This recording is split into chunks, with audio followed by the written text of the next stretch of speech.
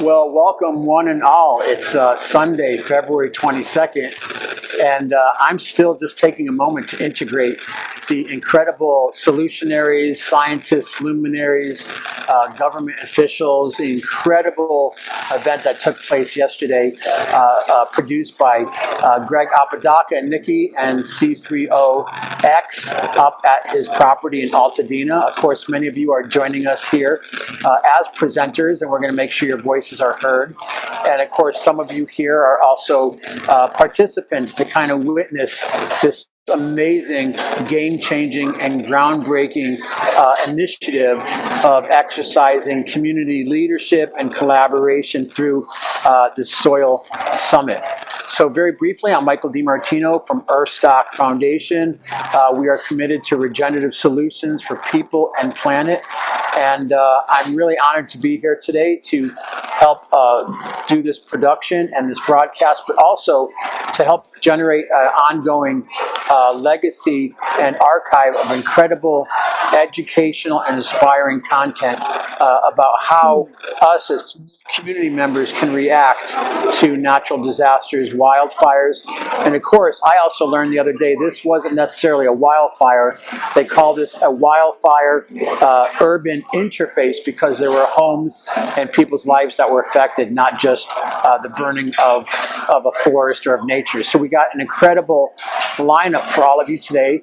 But before we really start, I want to just pass the torch to my brother Greg Apodaca, who really pulled off an amazing collaborative event yesterday. So welcome to Soil Summit Series number 1, Part 2, Greg Apodaca. Hey, thanks very much, Michael. Just briefly, my story here is that I am the chief explorer of a community benefit corporation I started about 7 years ago, called Community 3.0X. And I'm a lifetime activist who quit my job about 7 years ago when I realized how urgent the climate emergency was. I read a book by Tom Friedman called Thank You for Being Late, in which he made 3 points. The climate emergency is an existential threat that hadn't hit home with me before that. We have global connectivity now to bring the best minds together to address these urgent situations, and now we have the global connectivity through the internet and smartphones, so we can reach around the world to collaborate.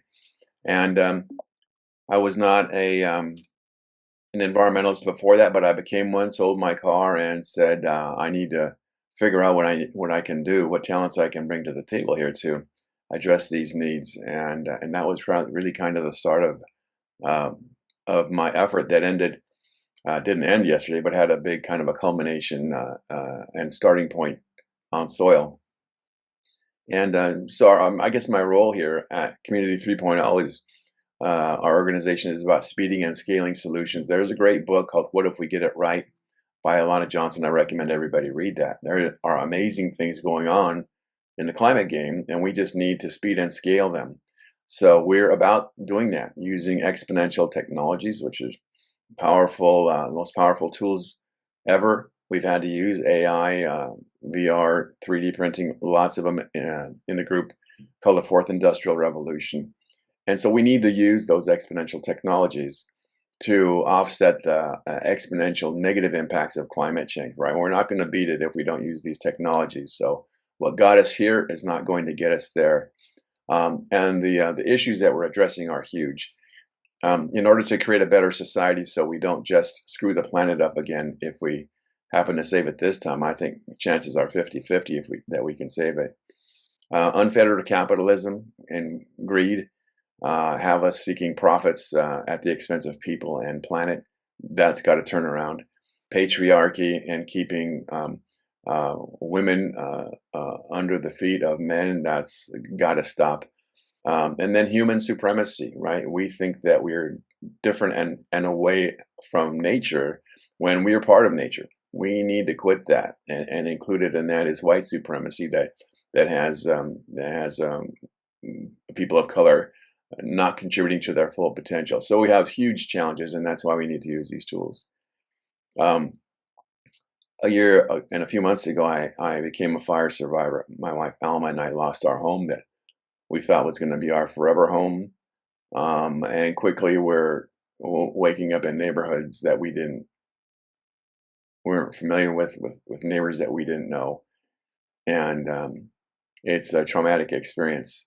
We didn't just lose our home, but we lost keepsakes that we've brought into our lives over 50 years, irreplaceable items, pictures of my grandma, stuff we inherited from my mom and dad, and keepsakes from travels. And it wasn't for about a year that it really hit home how different my life was going to be, our lives were going to be. We lost our opportunities to rest because there's so many loans to apply for and grants to apply for and county agencies and federal and state agencies to interact with. And, we were untethered from our past reality, and we lost our sense of peace of mind for about a year. And it's tough. I didn't really know what was going on. I didn't feel motivated to do anything anymore. I didn't feel I had the same sense of focus. My sense of grit, which I think is my best leadership trait, was gone. And I sought counseling to help understand that. And luckily, my counselor helped me understand that this traumatic experience that I'd been through and the symptoms that I was experiencing were normal. So that's helped me put things into contrast a lot. So Greg, if I may, of course, we all send our condolences to you for your loss. And of course, the amazing, inspiring part of your story is that you turned this lemon into lemonade, and also not just lemonade, but leadership and the incredible work that you're doing. And I think what came out yesterday, one of the things, and I want to drill down for a minute or two with you about the Soil Summit, a lot of people just look at the collateral material damage, but they don't think about the human element. And you had some amazing people there who work with people in health, but people don't think about what happens to the people. And even though it's been over a year, sometimes that the people in these stories are forgotten. So if you could you share a little bit about what transpired yesterday at your property in Altadena, and maybe some of the takeaway that you got from that experience? Sure. We, Michael and I and Nikki were talking a few months ago and about the survivors and what they were going through. And, I thought I was on the mend. And then I read an article in the LA Times talking about soil and how it still might be toxic, even though it had been remediated because the feds screwed up the testing protocols. And we just, in a minute, made a decision to run this soil summit and chose a date arbitrarily. And then I realized I don't know anything about soil. What am I doing here running a soil summit? And I don't know anything about remediation either. So I reached out to people I know, some of them on the call here, Jane Patel and Stephanie Landrigan, and I'm not sure who else is on the call here, but people who I knew who were into soil and remediation and much more into the environment on a hands-on level than I was. Most of my work's more at the 30,000 foot level. And it really was a coming together of community. And I didn't hesitate to ask, what are the questions that we should be asking here? What are people on the ground talking about that they need that we can deliver? And school me on not just the soil part, but what Michael's talking about, which is the trauma part, the financial uncertainty that's in front of all of us, and then the understanding that this is going to be a years-long solution. After we go through the soil remediation part, then we have to deal with the whole construction of a new home part that I've never been through. And then after that, we're facing a lawsuit with Edison. So this is kind of a marathon that we're in for here. And somebody said the other day, it's more like a triathlon, right? I mean, it's a marathon on top of a marathon on top of a marathon. And somehow we need to navigate that. And so yesterday we tried to bring subject matter experts in all of those areas together, not just for a day of networking, but for a day to start relationship building, because we need these relationships to develop over 5 years and hopefully longer, so we can leverage resources. None of us has the complete answer. All of us have part of it, and we need to build trusting relationships to manifest that. Great. And last thing before we move on, two things. I know that in the work that you do, you always mention the wisdom of indigenous people and communities. We don't have to reinvent the wheel. There's a lot of knowledge that we've kind of forgotten with our colonialization here in North America. And then I love your poetic segue to Nikki, because behind every great project, and man, let's say there's an even greater woman, and I know Nikki does a lot of work helping to pull these things together. So at your convenience, we could introduce Nikki and have her share a few words before we jump into the. Okay, sure. I get to think Nikki and I have known each other for 3 or 4 or 5 years. I don't remember exactly what, but we came together around a shared interest in exponential change and exponential technologies, and the disconnect between how we've been taught to think in schools, which is linearly, and the pace of change, which is now exponential. So it's a complete 90-degree turn that we're making, and most people aren't prepared for that. So somehow we met and talked about that, and she brought her areas of interest to merge with mine, and then I was able to contract with her to help think through the bigger picture of the work that we do. So, Nikki, go ahead and take it away. Thank you. I appreciate all the acknowledgement. It's awesome. I am working feverishly behind the scenes trying to get pictures so I can share them. It's crazy. I've been working on it since last night. So anyway, I appreciate all of that, and I really loved meeting everybody in person yesterday. It's very special when you move from an online to an in-person event, when you've been working, sometimes for years with people, and you finally meet them in person and can hug them and, kind of be in that energy field. And I felt like everybody came together in such a good way. The panels were amazing, and we've got footage of it we'll be sharing over the next weeks. And basically, I just think it's really special to have the community voicing their concerns and literally putting ideas into the politicians and into the leaders of governance, etc., minds. And we literally had a couple of people on the panels that said, I am so in with you. I'm so on board with what's going on here, and please keep talking. Keep bringing up these ideas and these points. And the way to get these things changed, ultimately, in the long run, is to do just that: is to speak out, speak up, and have these things documented in such a way that it's going to be seen on the news. It's going to be seen in print. It's going to be seen in shares on socials, etc. And so that's kind of what we do in the background, is kind of navigate all of those conversations that need to be had.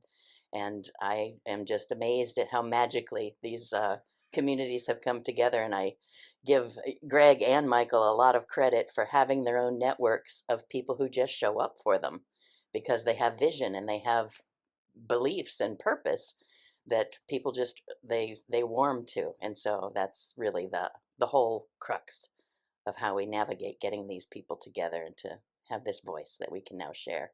So thank you, all of you. And we're gonna record this too, and so it's gonna be something that we'll share for the next weeks and months and maybe years. Who knows? Yeah. Absolutely. Michael, Thank you you asked so me. much. You asked me to address the indigenous issues. Can I talk about that briefly? Can't hear you. Are you That there? would be a yes. Yes. Okay. Um, about a year and a half ago, I had the pleasure of visiting with some indigenous folks in the Amazon jungle in Ecuador, and it just changed my life. I had schooled in the Western world, like most of us, had never really considered a different construct for life. But when I was there and experiencing the majesty of nature, unspoiled nature, in an area so remote that there are no roads into it, that it just struck me, what are we doing here as people in the Western world, spoiling this, and why are we so far distanced, that we cover over our cities with a pavement instead of appreciating nature at a much more level. And the indigenous folks, the people that I interacted with, it just hit me that we have more in common with them than not, right? They might be walking barefoot and bareback in the jungle still, but we all just want to have safety for ourselves and our kids, and the opportunity to educate ourselves in whatever our passion is, and live in cooperation with our neighbors. And I want to try and bring those concepts back to post-fire LA, and And in our community of 36 homes, of which 29 burned to the ground, we want to, from this clean sheet of paper, so to speak, we want to see if we can build shared veggie gardens um, uh, and fruit trees, shared composting, shared cisterns to capture water for firefighting and for irrigation, shared electrical grids. There's so much more ways that we can live in gratitude and sharing things with our neighbors instead of just rebuilding multi-million-dollar homes where we don't talk to anybody. Um, that's a big major construct change that we need to have is to think about how we can share each other's resources and use less, instead of continuing with this unfettered capitalism and consumerism, right? It's on us to change our ways and to vote with our dollars to change corporate ways as well, because we're on a path to extinction in the not too distant future, and we need to wake up and act differently, and that needs to start now. So thanks. Thank you. And I love what you said, Greg. As you know, I work also with some indigenous people. And what people don't realize is that when the colonial people arrived here in America, it wasn't just a unfeathered wilderness. A lot of it was curated, stewarded in a very responsible way. Things like prescribed burns and fire mitigation. Also, the idea of like allowing beavers to do the work they do to help hydrate the land through creating permaculture methods that slow sink water. So I'm glad that you brought that up because there's so much wisdom there. We might not think about it. Maybe some of us, our experience of indigenous people has been seeing like a Western or a movie, but there's a whole treasure trove of ancient knowledge here that's available for us to kind of bring back into modern society. So we're gonna move on. Again, I want to ask everyone to keep your microphone muted, please. And in just a moment, I'm going to introduce Natalie Pace, who's going to do some screen sharing about some of her content. And she's doing amazing work. But I wanted to start off, before we jump deep into the soil testing, the soil remediation, and some of the science, we kind of want to put it in context of the bigger ecological and human picture right now, what we call regenerative solutions, so that people can follow the course of thinking and also find this content today more useful. So before we do that, he's here by me. I'm going to just share very quick one of the people that has been very involved in helping to do some of the outreach and stuff. I just want to give him a quick minute and welcome Ari Loftapure, who is another solutionary, and then we're going to bring on Natalie Pace from the Earth Gratitude organization. So welcome, Ari. Yeah, I look forward here to the Alliance for Regenerative Communities platform. I helped start building this a couple months ago with Michael to really organize the network that has been created, for his activities, and then, really inspired by the fire that happened here. So my brother lost his house in Altadena as well. I'm actually a resident of Texas, so that's really my only connection to this. But we built this out, so far to really help people flesh out their ideas, their plans, their projects, through this initiative Launchpad, and take that all the way down to being, fundraiser ready by the end of that startup hub. So I really encourage everyone to check that out. We've got the membership tiers, we've got volunteer tiers as well, so you can participate and assist these initiatives and take up tasks and use the AI task assistant to create those deliverables. So that's what I'm really hoping to provide is these tools that can accelerate progress and take some of the manual operations out of the mix, because it can be very time consuming, energy consuming, and I know everyone is tired dealing with a lot of other issues, trauma from all this events. So whatever I can do to make this platform more robust to address the needs here, I'm all about that. So check it out, Alliance for Regenerative Communities platform. We've got a short URL that you can go to. It's easier to type in. It's a4rc.me, and that'll take you to the platform now. So thank you guys, and I hope to see you there. I'll share that with them. Thank you, Ari. So She came on earlier just to do a video test, and she's sitting calmly in a great environment with an amazing background. I had your mic's on. I had the opportunity to meet her a couple years ago when we started to do the Earthstock project. And what's been amazing is that she wears many hats. She does many things. She was also a keynote presenter yesterday at the event, and but she also helped step up and be a host for the Earthstock event that happened last October. So with that, I'd like to welcome again Natalie Pace from Earth Gratitude. Hi, everyone. I am Natalie Pace with the Earth Gratitude Project. And the reason that I'm here, I'm a Santa Monica resident. So obviously, I'm not directly in Altadena, but I was close enough and I was very close to Pali. So, you don't have to smell the smoke to understand the kind of loss that these residents have gone through. And the reason that I wanted to join the Soil Summit wasn't as a soil expert, but as somebody who, through the Earth Gratitude Project and my studies of sustainability around the world, does have a lot of resources on rebuilding better. So what I wanted to do was to offer some of the details of a vision of a 21st century. And I wanted to show you guys just a few things. I was actually looking around online and I found something very interesting. I'll come back to the composting in just a moment. But this is the Altadena Steadfast team, and they did a survey showing that the community would prefer to get around, even by horse, that you need some horse, but mostly they really want to have a 21st century transportation system and limit the use of the single occupancy vehicles. And that's good for a lot of reasons. CO2, it's better for our health. But when I was there at the Soil Summit yesterday, you're going to have to do the planning to get there.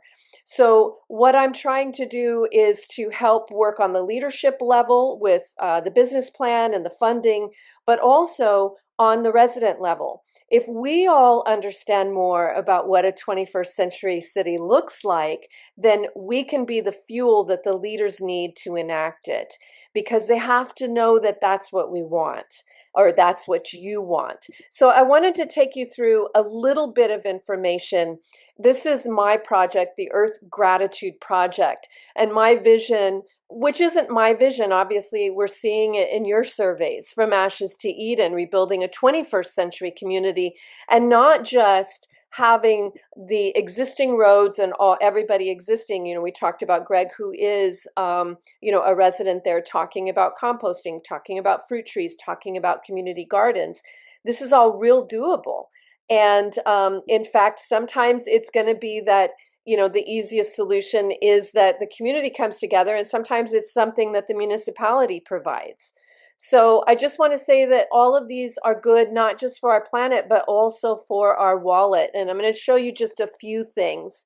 The first thing I want to say is that I kick the dirt on things before we feature them in the Earth Gratitude Project. So this is me learning about regenerative agriculture from King Charles Home Farm Manager. And you can take a screenshot of this. I'm not going to go through everything because we have a very limited time here. But one of the things I wanted to say is that the average person spends about $12,000 per year owning a car. If you made Altadena more of a place where people could take public transportation, walk, and bike, at least for local errands, a lot of people could be saving a lot of money. We also talked about multi-generational households, how you could improve the amount, the per capita wealth factor. That's going to be a big deal as well. And it's also can be very helpful for people that want to do it in various ways. So again, you can take a screenshot of this, or you can pause the recording and look at this in greater detail. But I am going to show you a few things. So like Green Our Planet, they went into Vegas, took out the carpet of grass, got funding to do that, planted student gardens, and the kids now have fun and can actually make their own food. So we want to make sure that we're doing the best practices for eco schools, and there are actually organizations out there that help you raise the money. Safe shared roads are something that we have to do because, they aren't safe right now. And there are, best practices that we all know about. Here in Santa Monica, we're doing that and we're making that transition. Composting can be made very easy in the green yard waste bin. Seattle has been doing this since 2005. Santa Monica does it. And just be careful that you understand, in order to do composting, it's food in, plastic out. You can't put them in plastic bags because plastic is not compostable. I just talked about how the average person could save $12,000 a year if they gave up their car. What I want to say real quickly about that is that I had spoken with the former mayor of Santa Monica: 4 adults, 1 car, 5 bikes. And yes, and by the way, I gave up my car in Santa Monica years ago. LA is car culture. I have no problem. If I really need to, I rent a car, or I might take a ride share. But when you don't have a car, you just have to plan it a little bit better. And I get a lot more walking. I feel very much healthier as a result. And with the money that I save, I'm able to do a lot of other things that I like a lot more than visiting gas stations and making oil companies rich. So in the 1970s, Amsterdam traffic was a mess, the air polluted, and traffic fatalities were high, and the mothers got together and they turned it into a bike culture. So single occupancy vehicles, they pollute, but also they're not the best way to get around in cities. It's also one of the reasons why Americans have a CO2 footprint that is often 3 times that of Europeans. So, now Amsterdam's CO2 per capita is half that of the United States. And just as a reminder, even in California, if you drive an electric vehicle, it's about 50% powered by renewables. Also, especially those of you who are rebuilding, be conscious of the fact that there are standards called passive house standards, and you could actually reduce what you need to spend on energy, which is good for the planet, but also good for your wallet, simply by understanding passive house technology, PHIUS, I believe it's .org. These are films that you should watch and books that you should read. The Wastewater Gardener, The Regenerative Landscaper. One of the things that's going to help with the cistern and the water retention in the soil and also all of that, we would want to think about gray water systems. We would want to think about native landscaping. So all of this stuff, it's kind of a return to nature. It's a return to harmony with Mother Nature. And these are experts that can help the residents understand this so that you can actually make sure that the leaders are creating exactly what you want to create. So Regenerative Agriculture in Common Ground film, that's on Prime Video. Finding Harmony, A King's Vision is also on Prime Video. So if you're not a Prime Video fan yet, you could probably do it for free for 30 days and watch both. And these 2 books are great: The Wastewater Gardener, The Regenerative Landscaper. Obviously, planting trees is going to be key, and native trees are going to be really important. Ron Finley reminds us that growing your food is like printing your own money. And honestly, if you do have community gardens, an 8x4 box could potentially feed a family of 4 for up to 6 months. There are master gardeners. I would recommend the Dr. Sheridan Ross at Compton Community Garden to come in and teach you how to do gardening properly, because you can get 2 or 3 times the yield, have to water maybe 1/3 with just smarter practices. So again, just getting the experts involved is going to be a big game changer. This is my book, The Power of 8 Billion. It's up to us, and it has a lot of things that I've just talked about in this PowerPoint presentation.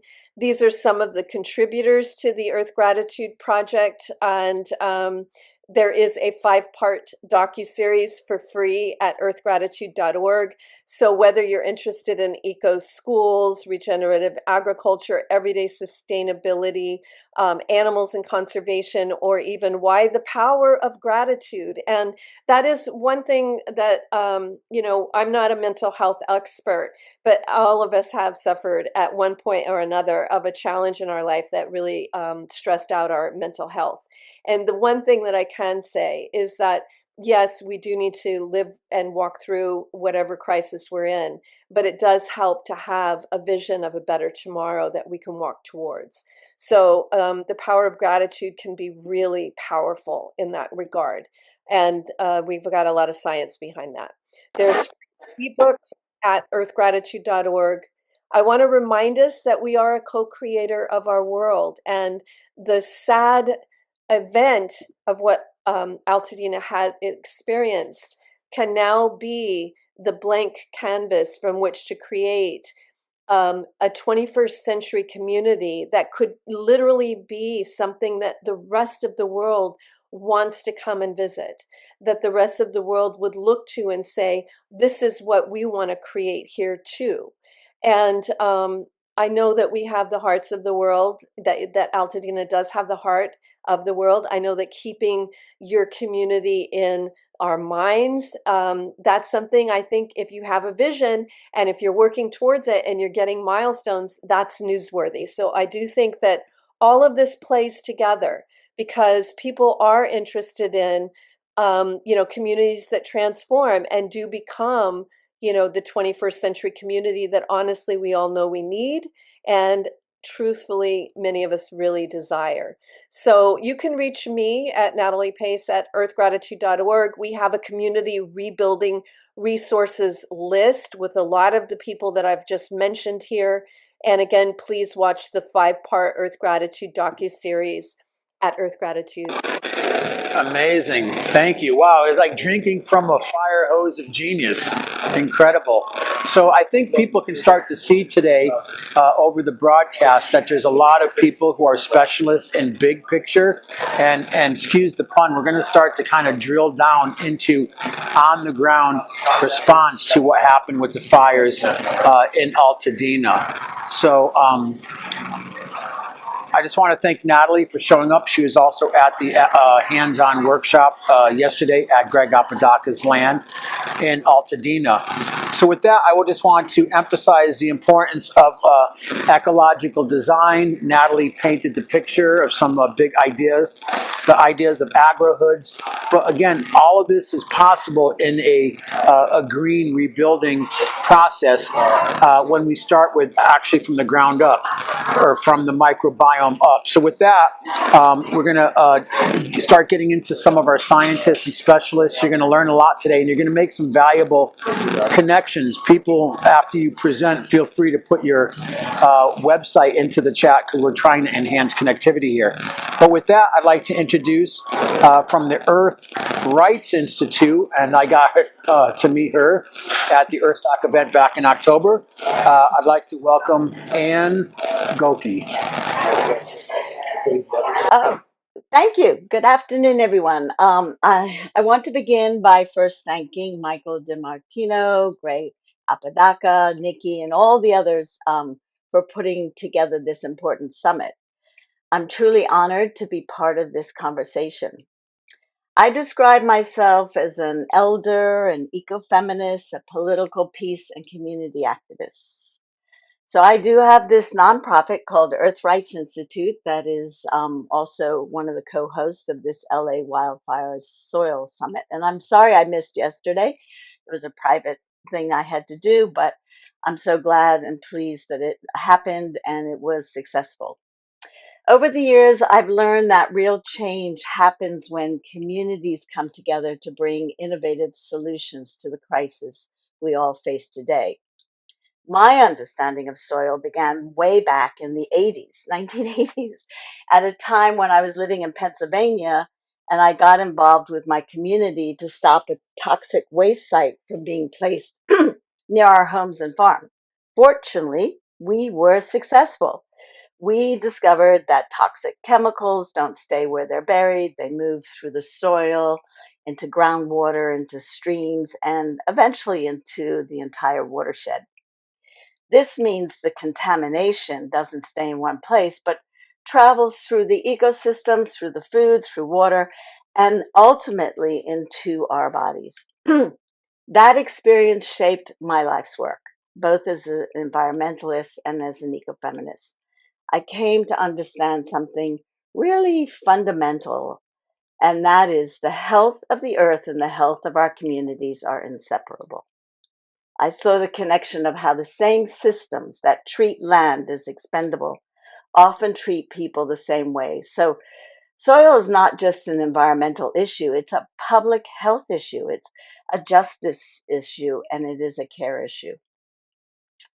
Because soil remembers what we put into it, whether it's harmful or healing, this is the decision that we as individuals or communities need to choose. What do we do? The question is, what do we choose to put back? Why is it that soil really matters? So now here in Los Angeles, after the fires, the question feels especially urgent. These landscapes that have burned, the soil that carries the aftermath of ash, heavy metals, and toxins from the homes and infrastructure. People are asking, is it safe to rebuild? Is it safe to plant? Is it safe for our children to play outside? This moment isn't only about testing soil, it's about restoring trust between people and the land they depend on. Soil is the earth's living skin. It filters water, it stores carbon, it supports biodiversity, and it sustains our food. When it's healthy, it protects us. When it's damaged, our risks increase. And true recovery can't just come from the agencies and letting the experts do it all, but rather long-term resilience comes from informed, engaged communities. And this is the reason for this summit. One of the most important experiences in my life understanding soil was becoming a member of the second ever biodynamic farm to exist in the United States at the time. There, I learned something really simple but very profound. Soil is alive. Imagine a teaspoon of healthy soil contains more microorganisms than there are people on the earth. On that farm, we didn't think about controlling the land, and this was really the shift for me. We thought about caring for it. We built rich compost, we built diversity, we paid attention to the natural cycles like the nutrients, the water, the seasons, the energy. And the results were amazing. Plants were stronger, especially against diseases. Water stayed in the soil long. The land became more resilient to drought and stress. But the biggest lesson was this: you don't dominate living systems. The regenerative movement, which I've been part of for decades, understands that you need to partner with them. And once you understand that, your role changes from being a user to the steward. This perspective became central to my ecofeminist work. Ecofeminism invites us to shift like from extraction to care, from control to relationship, from short-term gain to long-term regeneration. And at its heart, restoration is really about caring. It's a care work. Around the world, I've witnessed and seen soil restoration led by local communities, especially women, farmers, and youth, many of them with limited resources, but they have this deep knowledge of their land.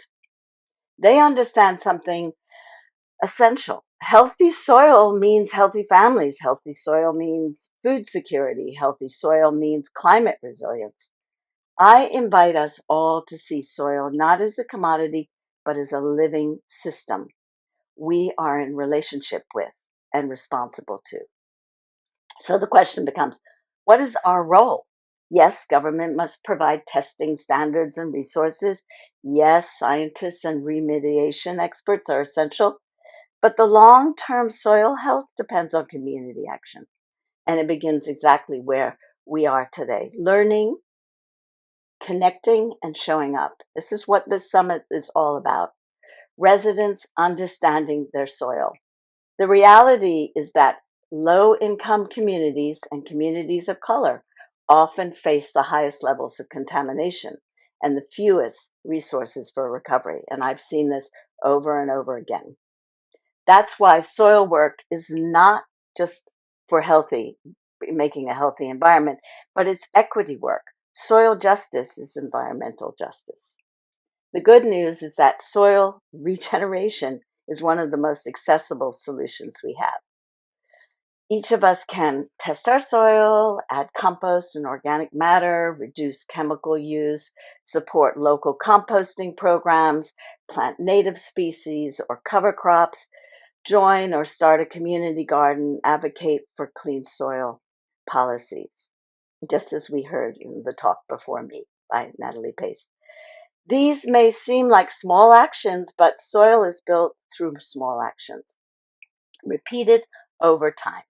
And when many people start to do this together, as we saw in Amsterdam, the impact is enormous.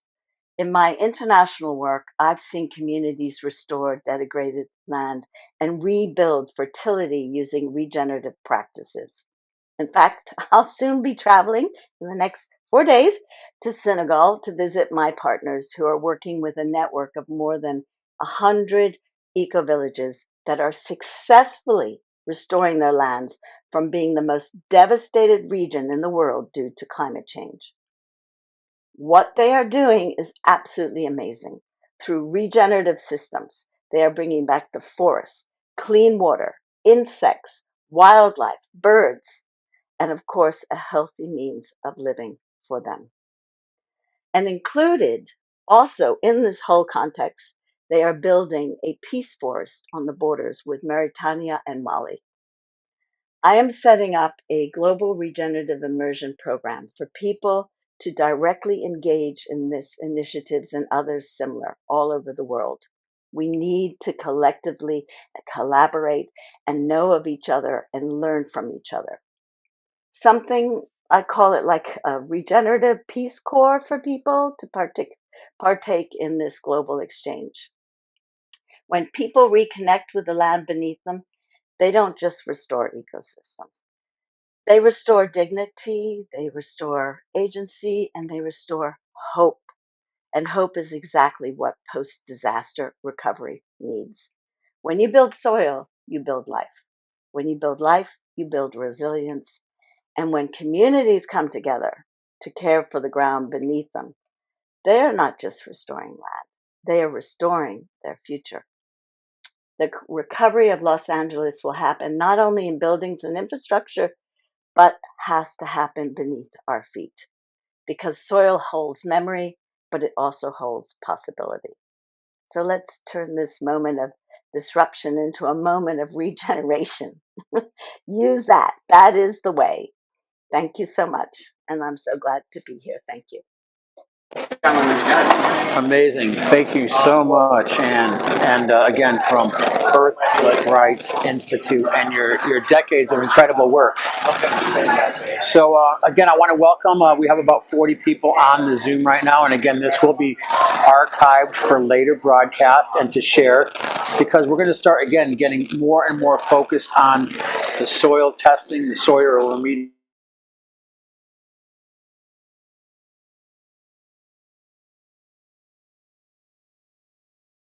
Bringing high-level consultants and contractors that are also involved, some doing large projects on like the Great Salt Lake and other regions around the world that are doing major regenerative projects, remediation, and soil testing. So we want this to be a networking session also. So talking about trees, last night at sunset after the Altadena event, that was incredible because I went and watched the sunset from just outside Greg's property. And as I looked over, I noticed hundreds of huge trees, some of them really old, ancient trees that weren't burnt, were all cut and stacked in piles. So being a survivor and a neighbor to the Paradise Fire, and also working with Professor Alan Troutner, who moved to Lahaina right before the Lahaina Fire, which kind of helped birth the whole Build Back Green movement initiative. I was completely traumatized and blown away about how many trees were cut. Well, as those trees were starting to be cut in a very undiscerning way, our next presenter was very involved in helping to slow down the wave of disaster capitalism, of more ecological destruction, and we're happy to have her here. I had an opportunity to meet her yesterday. The director of Altadena Green, I'd like to welcome Stephanie Landergan. So welcome, Stephanie. Thank you, Michael. I appreciate that. I'm also going to be sharing for a PowerPoint that I put together. I'm Stephanie Landergan, and I am the director of Altadena Green. We're a very small group of what I call landscape activists, and we also called ourselves first responders because within 2 weeks after the fires, we noticed that trees had been marked. We did not know why. And so we were very interested in trying to save them. This is a little story about it. And I see I now can share. So what I'm going to ask is, am I sharing? So you have screen share, Stephanie, and your camera's on. I'm not exactly seeing you in the video, but here, I'll turn my mic off. Please continue. All right. So tell me if this is showing up as a slide. Yes, We can see it. The whole slideshow, right? Wow, it's being weird here. Let's see, slideshow from the beginning. All right, are you seeing my slideshow? Yes. All right, so what we fairly forget is that trees and soils and air are all essential to us. And so if we are going to protect our soil, we have to protect our remaining tree canopy, because our trees provide ecological services. They are stormwater retention, they prevent erosion, they provide water and air quality improvement. They provide energy conservation, they provide shade, carbon sequestration, and because of the shade, they prevent us from living in hotter areas, and they save on energy. And they're habitat for both our pollinators and animals, and in that way, they also provide food both to us and to animals. So if you don't know about the Eaton Fire, this is the Eaton Fire in March 2024, before the fire.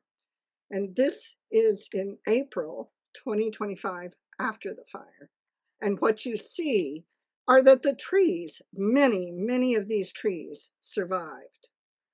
And what is instrumentally important is what happened is that the Army Corps of Engineers came in and they did an excavation of the debris, but they also did something that has sort of proved to be a tragedy.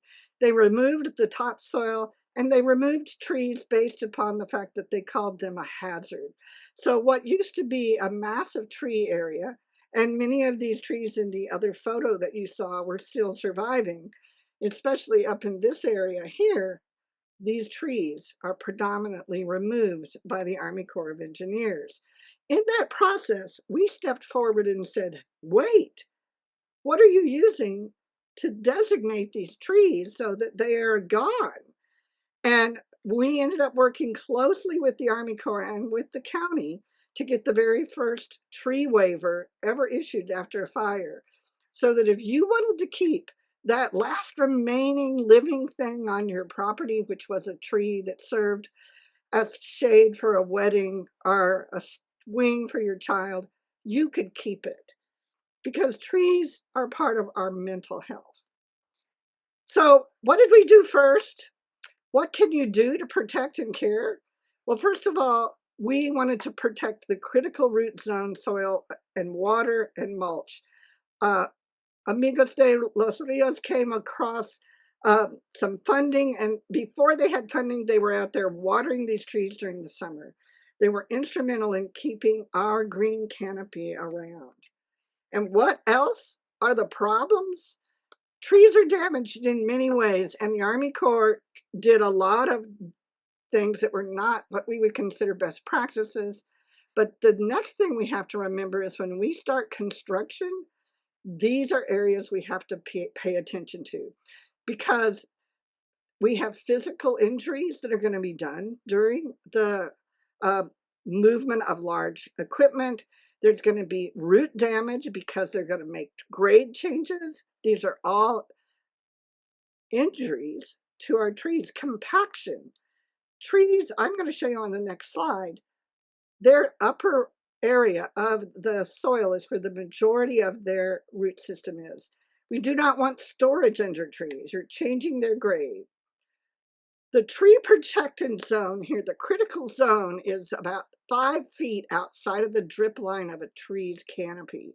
And as you can see underneath here, you don't want to compact this. You don't want to harm this tree that has saved so many people in Altadena, and homes, and birds, and their bears and their coyotes that are all hanging out under the trees.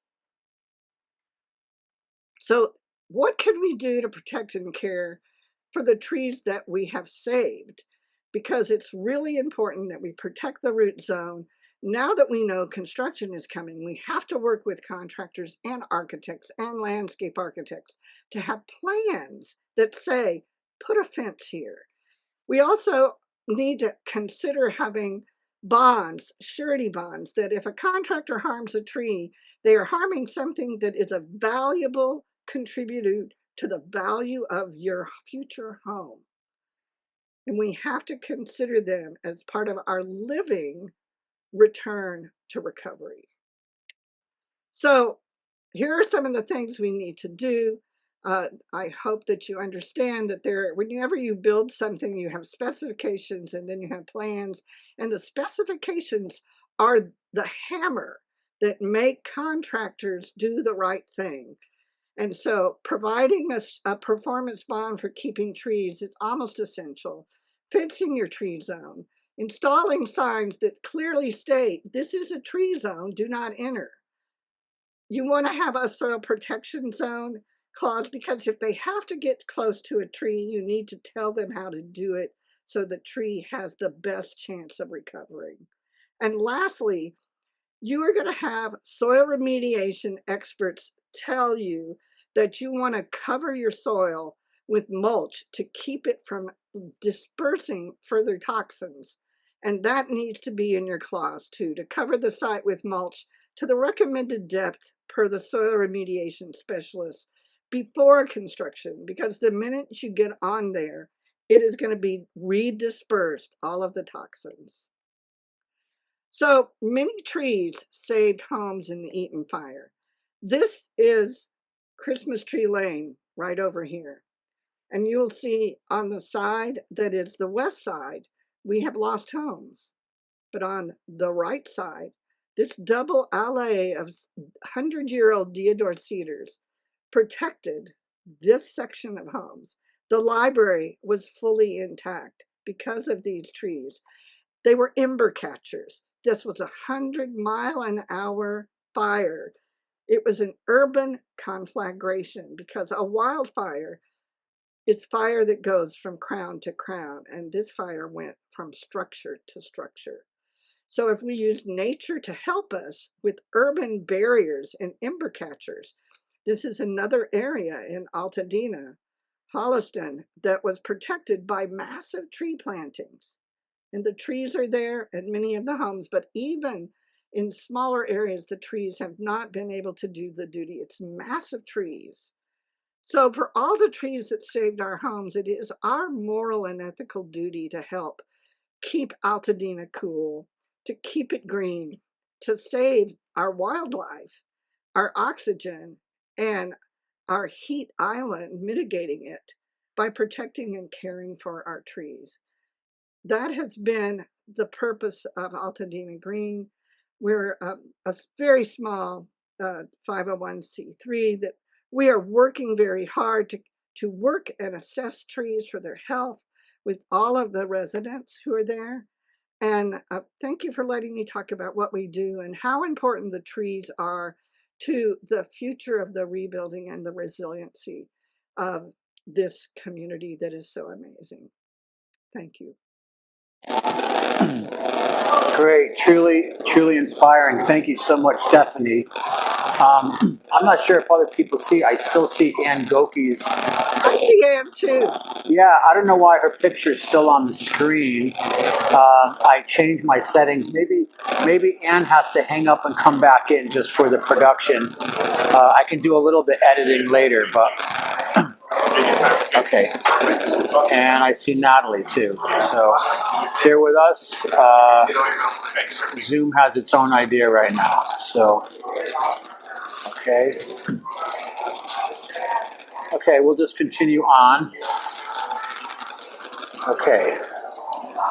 So next I'd like to introduce, and I really want to thank Stephanie because she started to paint a very clear picture. I want to encourage Natalie Pates to come back on. I think we've confused Zoom with too much wisdom here because now we see Natalie's image and we're not seeing actual presenter. So if you could do that, that would be wonderful. But I think what we can see without looking too far is that a lot of people right now are taking roles of leadership. You know, we live in a world where sometimes leadership can be broken at a civic or federal, state level. And also sometimes they don't have the information as representatives or politicians to do the work that needs to be done. So I really want to acknowledge all of you who have stepped up and brought so much wisdom to this Soil Summit #1. And there's a lot more events after this. This is not a one-off or a flash in the pan. So with that, I'd like to welcome, I think Carla Machado is here from Soil Domains. And again, we're going to start really getting into the topic now of soil testing, soil remediation. What are we finding? And by no means is this a localized reality. Many places like the Paradise Fire, the Lahaina Fire, even in areas that have flooding, Asheville, North Carolina, and other areas are really suffering from soil toxicity because of what we have decided to consume, to purchase, and to use in our land management, our homes, and our different lifestyles, which now are kind of coming back to haunt us and adding to the negative impact on people and planet. So are you there, Carla?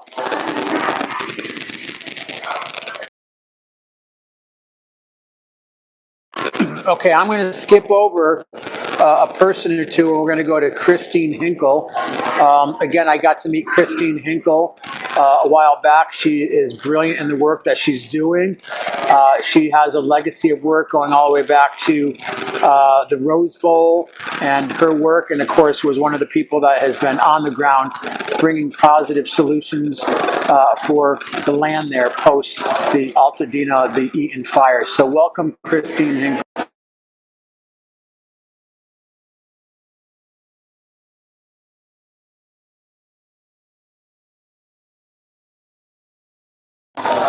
Christine, are you there? I do see a lot of names in the participant list. Sometimes people are using other people's phones or accounts, so apologize. Everyone can hear me, correct? Yep. Yep. Yep.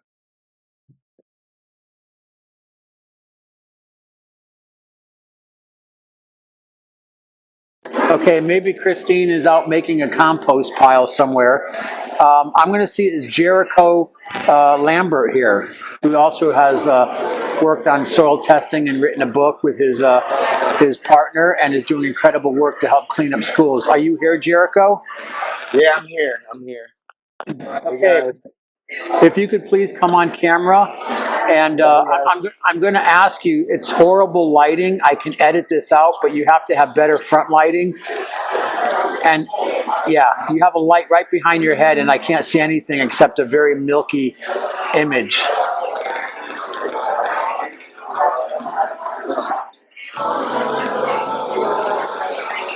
Can we come back to you in a minute? Yeah. Come back to me one second. You'll see. All right, you'll see what it looks. You'll see what it looks like in the video.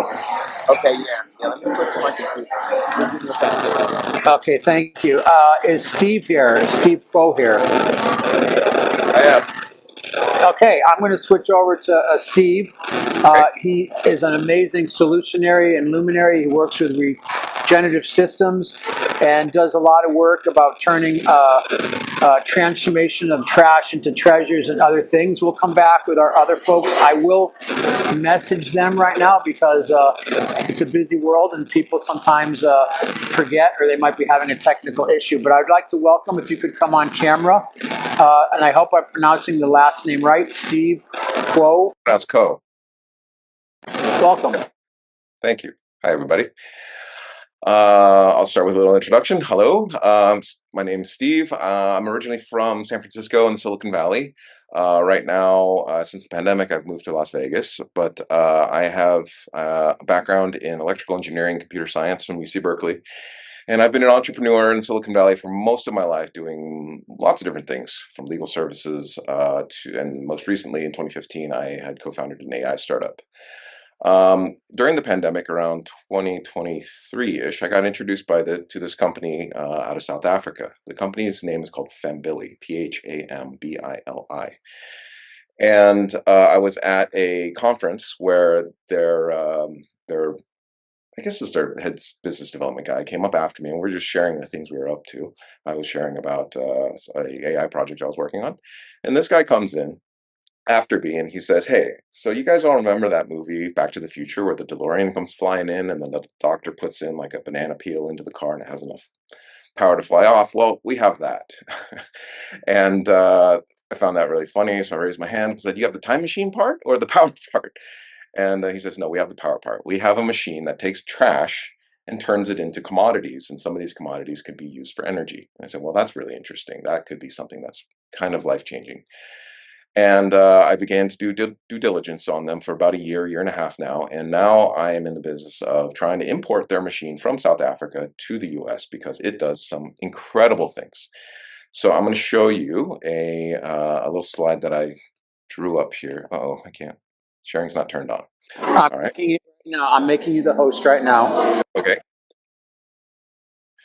So what I have is a little diagram that I created about how it works because it sounds too good to be true. So without a little bit of a visual, kind of hard to tell. All right, so what you're looking at here is a oversimplified drawing of two pieces of equipment, okay? You got this big feedstock heating tube. Now, feedstock is what you put into it. And what this thing wants to eat, effectively, is anything that's combustible. So no metals, no glass, no stone or ceramics or anything like that, right? And what we really want this thing to do is eat waste, because this world is just overflowing with waste, right? Anywhere you have humans, you have human waste, you have the waste from our packaging, you have waste from fires, right? So what this thing can really do is, after a disaster, well, this is one of the things I want to turn it into, is after a disaster, you bring one of these machines in, and these machines are pretty big. They're about 10 shipping containers, so 5 long by 2 high. And in these shipping containers is this machine here. You get this feedstock heating tube, right? So you're putting in the wood from a house that kind of burned down, all the charred stuff, all the trash, doesn't matter. You just grind it all up, you put it into here. And what it does is it heats it, okay? And it heats it in a vacuum. And that vacuum is very important because in order to have fire, you need oxygen and fuel, right? So we're going to remove the oxygen. So what then happens?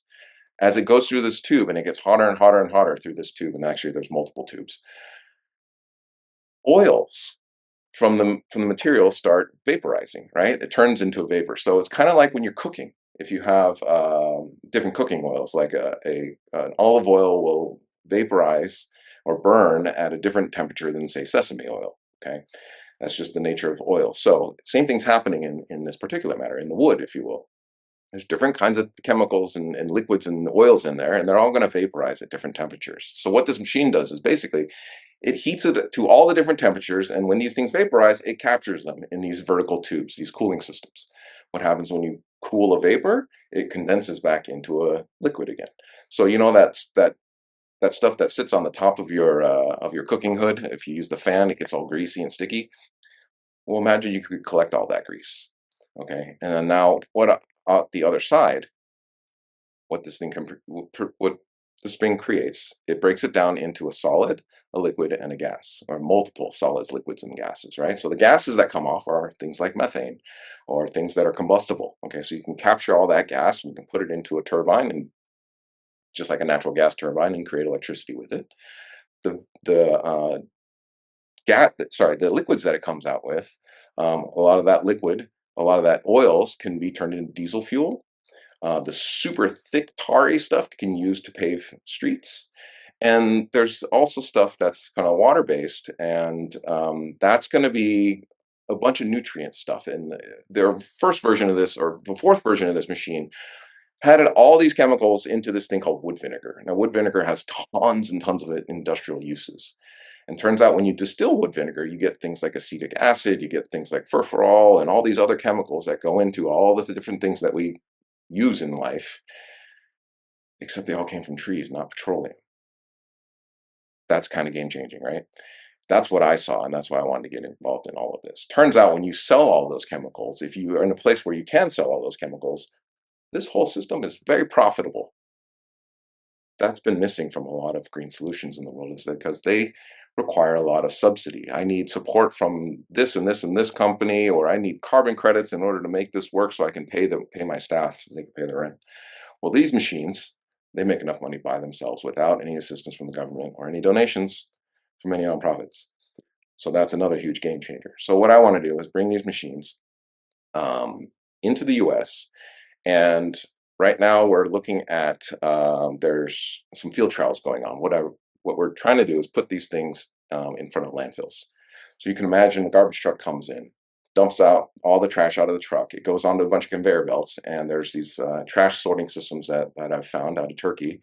Uses AI and cameras and all these things, and it basically sorts it out 90% accuracy, which is good enough for these machines.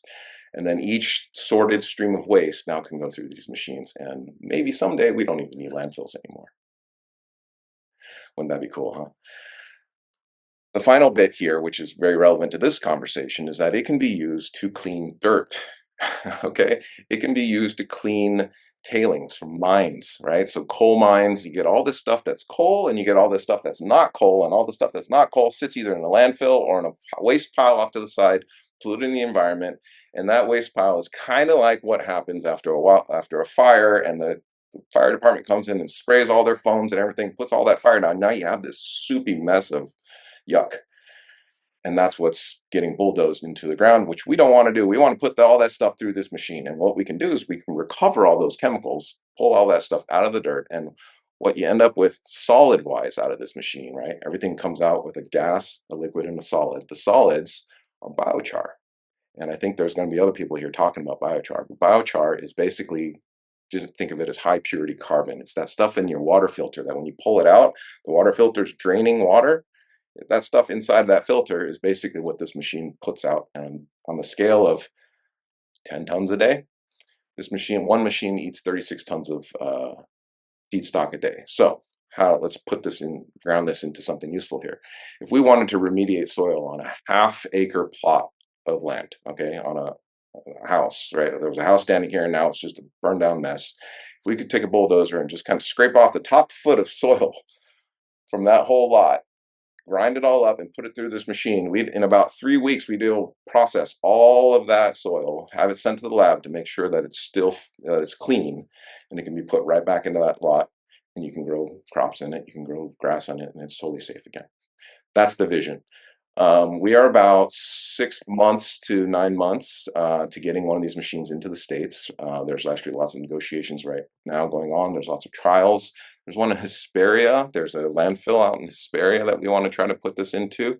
We're raising money. If that's of interest to anybody on this call also, in order to get these machines here. And I just wanted to I'm in the business now of now kind of announcing to the world that this technology exists. Okay, so in a nutshell, this thing can take trash, waste, anything that you can burn, and turn it into a saleable commodity. This thing makes no waste by itself either. It doesn't burn anything. It doesn't waste anything. Everything that comes out the other side is a saleable commodity, or it's a contaminated biochar, right? So what do you do when it's contaminated biochar? Well, that actually has commercial value too. You just got to do some stuff to it too first. You might be able to pull the arsenic that's out of there, that's left in there from all the fire. You could, if there's cadmium, lead from paint, if there's, asbestos and stuff like that, all that stuff can get collected up by these machines and concentrated into basically what looks like soil. And then you can move all that stuff off into some treatment facility, or you can figure out some industrial uses for that stuff too. Or it gets buried beneath the topsoil, which is kind of what happens at a landfill nowadays. Are there any questions? That was a lot. We're gonna have people post questions in the chat, and we're gonna do questions at the end, please. Okay, that's fine. Yeah. So that in essence is this technology. It's portable. It's 10 shipping containers, so you can basically find a parking lot to drop this thing down into, and then you set it up. It takes about 3 days to get set up and then cleaned out, and you operate it, and it has to take the same feedstock per machine, right? And the cool part is, though, if you actually do need to switch it, you can shut it down, take a day to clean it out, run the new stuff through it to make sure it's okay, and then start the new one. So you can switch what this thing processes, and it takes about 2 days to take it down and reset it. This couldn't take plastic also, by the way. You can just load it up with 36 tons of plastic, and it turns it into fuels and renewable commodities out the other side effectively. So it is it's an invention. Game changer. Yeah, it's a game changer. It's an invention that's built on decades of other technologies. This kind of thing was tried around the early 2000s, and it didn't work out. And 20 years later, now somebody cracked the code in South Africa. So here we are, and we're going to be entering into a new world of a waste-free circular economy. So that's the future I'm standing in. Amazing. Thank you, Steve. I want to encourage people to please post in the chat. We can have communication going there, but at the same time, we want to keep the production high of our presenters. So I'm going to come back to Jericho Lambert in a minute, but I see Christine Hinkle is here. So I want to invite Christine Hinkle, who was in Altadena and even before the event yesterday has been doing biological soil testing and his work around post-fire biological treatment. So Steve, thank you so much. We're going to be posting the Alliance for Regenerative Communities in there because we're trying to, along with C3OX and others, to really make sure we have this incredible resource directory. So thank you. And welcome Christine Hinkle, who's going to be presenting about her work on the ground in Altadena. Great. Okay, well, thank you for the introduction. Interesting stuff, Steve. Haven't met you yet, but would very much like to connect. Would I have sharing opportunity as well? I'm doing that right now. Awesome. Okay, so I guess I'll just do a self intro. I have about 10 minutes or so. Is that correct? Yes. Okay. All right. So I'll make it short and sweet.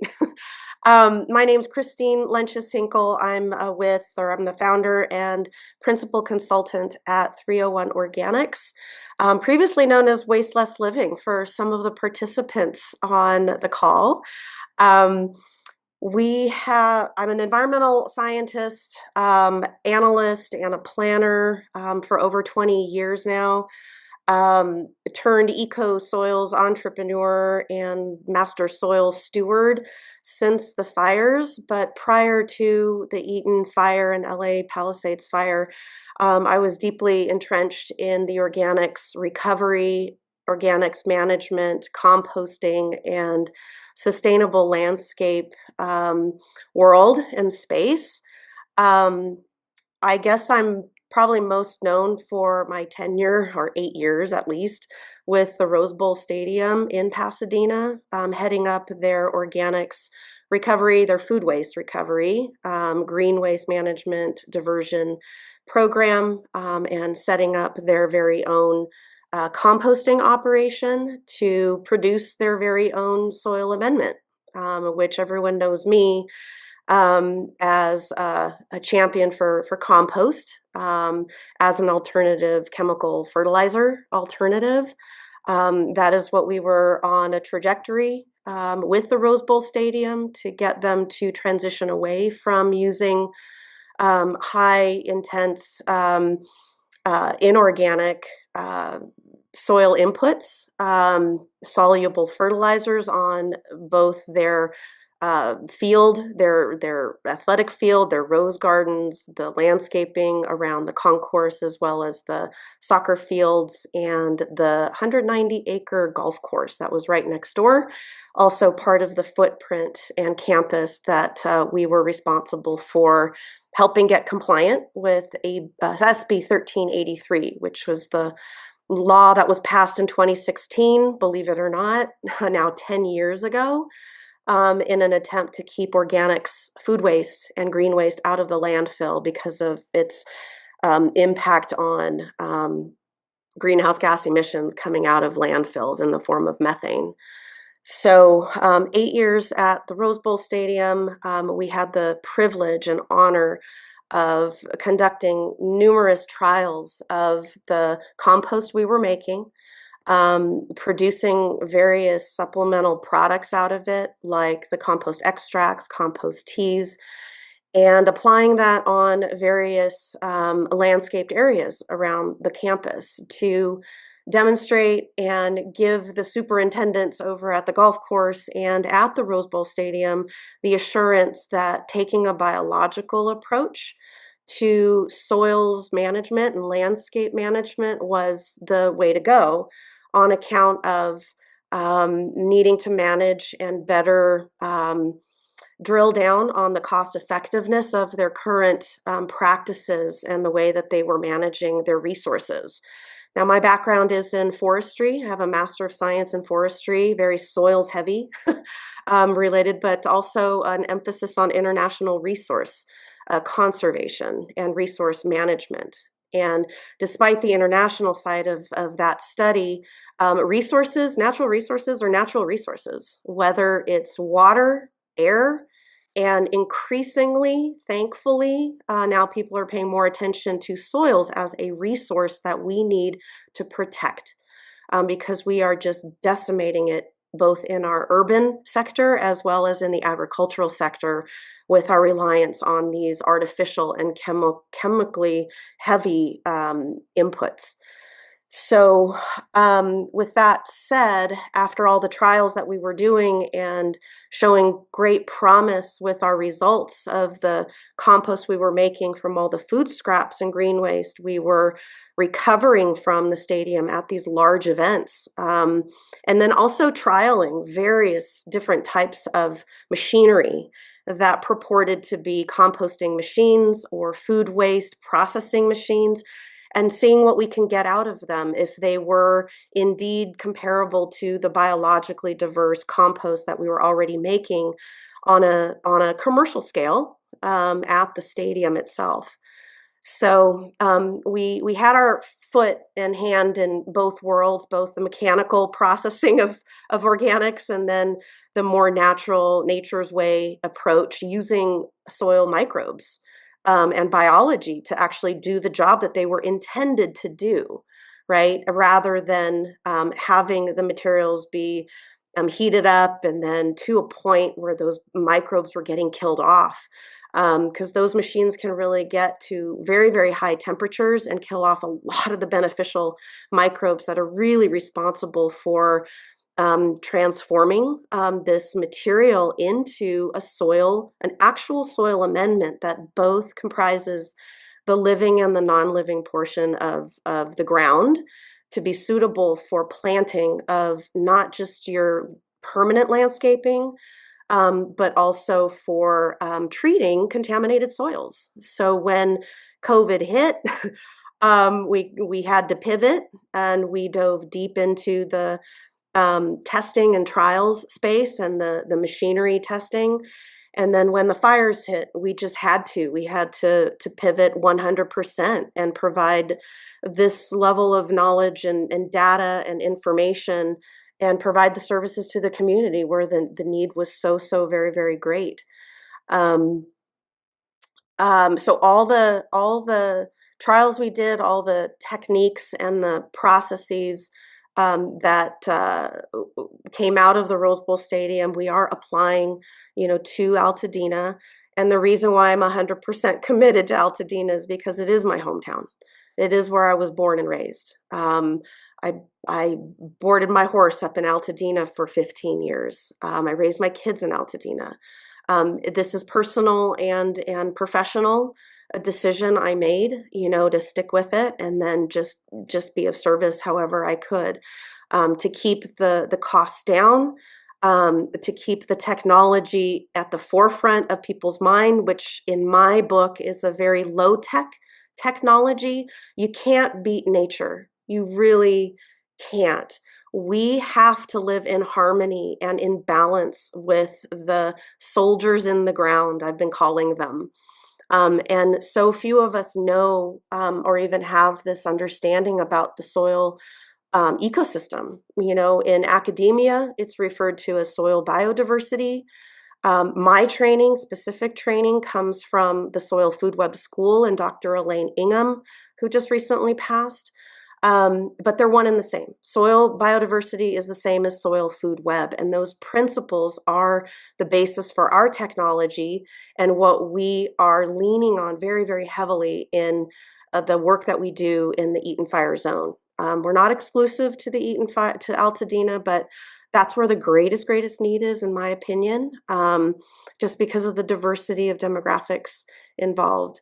And we have had great results. We were the first on the ground in February to collect soil samples. We knew that we were removed enough physically to be able to focus well ahead of where others were at in this space. And so all the data we collected over the past year, it's a sizable data now where we can see some normalcy and trends. And actually, if I still have some time, to actually share those results in a snapshot very quickly. So we have been focusing on bioremediation. This is one of the slides that we included in our webinar with jointly in collaboration with the Eaton Fire Residents United group. They have a recording, a full-blown recording of this presentation, but we are, like I said, pivoting to this space of bioremediation. That's the term now, right? But before it was soil biodiversity, but to really target, contaminants in the soil. And over the course of the year, we were able to put in place a very streamlined process for folks because time was of the essence. And now it's even more of an essence for rebuilding purposes. Within 3 weeks' time, we can get some results back to show if our treatments are actually working, if we're on the trajectory of seeing biology go up, and whether the chemistry is going down. And out of the 42 sites that we actually were able to collect post-treatment data on and able to analyze by the end of the year, the 37 sites that had that data, that post-treatment data, we were able to drill down and get these types of results. So looking at arsenic and cadmium, chromium, cobalt, lead, all of them went down. When we looked at those 37 sites, 78% of them had a positive response to our biological treatment. Cadmium, 76 of those sites were reported lowering in their levels. For chromium, it was 78, cobalt 76, lead 68. And in these, the 3 C's I call them for analytes, the change in that reduction was upwards of 80%. So it's pretty profound, it's promising. Of course, over the next for the next year, that data set will continue to grow, and we'll continue to provide some more evidence whether or not this trend continues to hold up. But the changes in Altadena are changing. There's a lot of cross-contamination happening.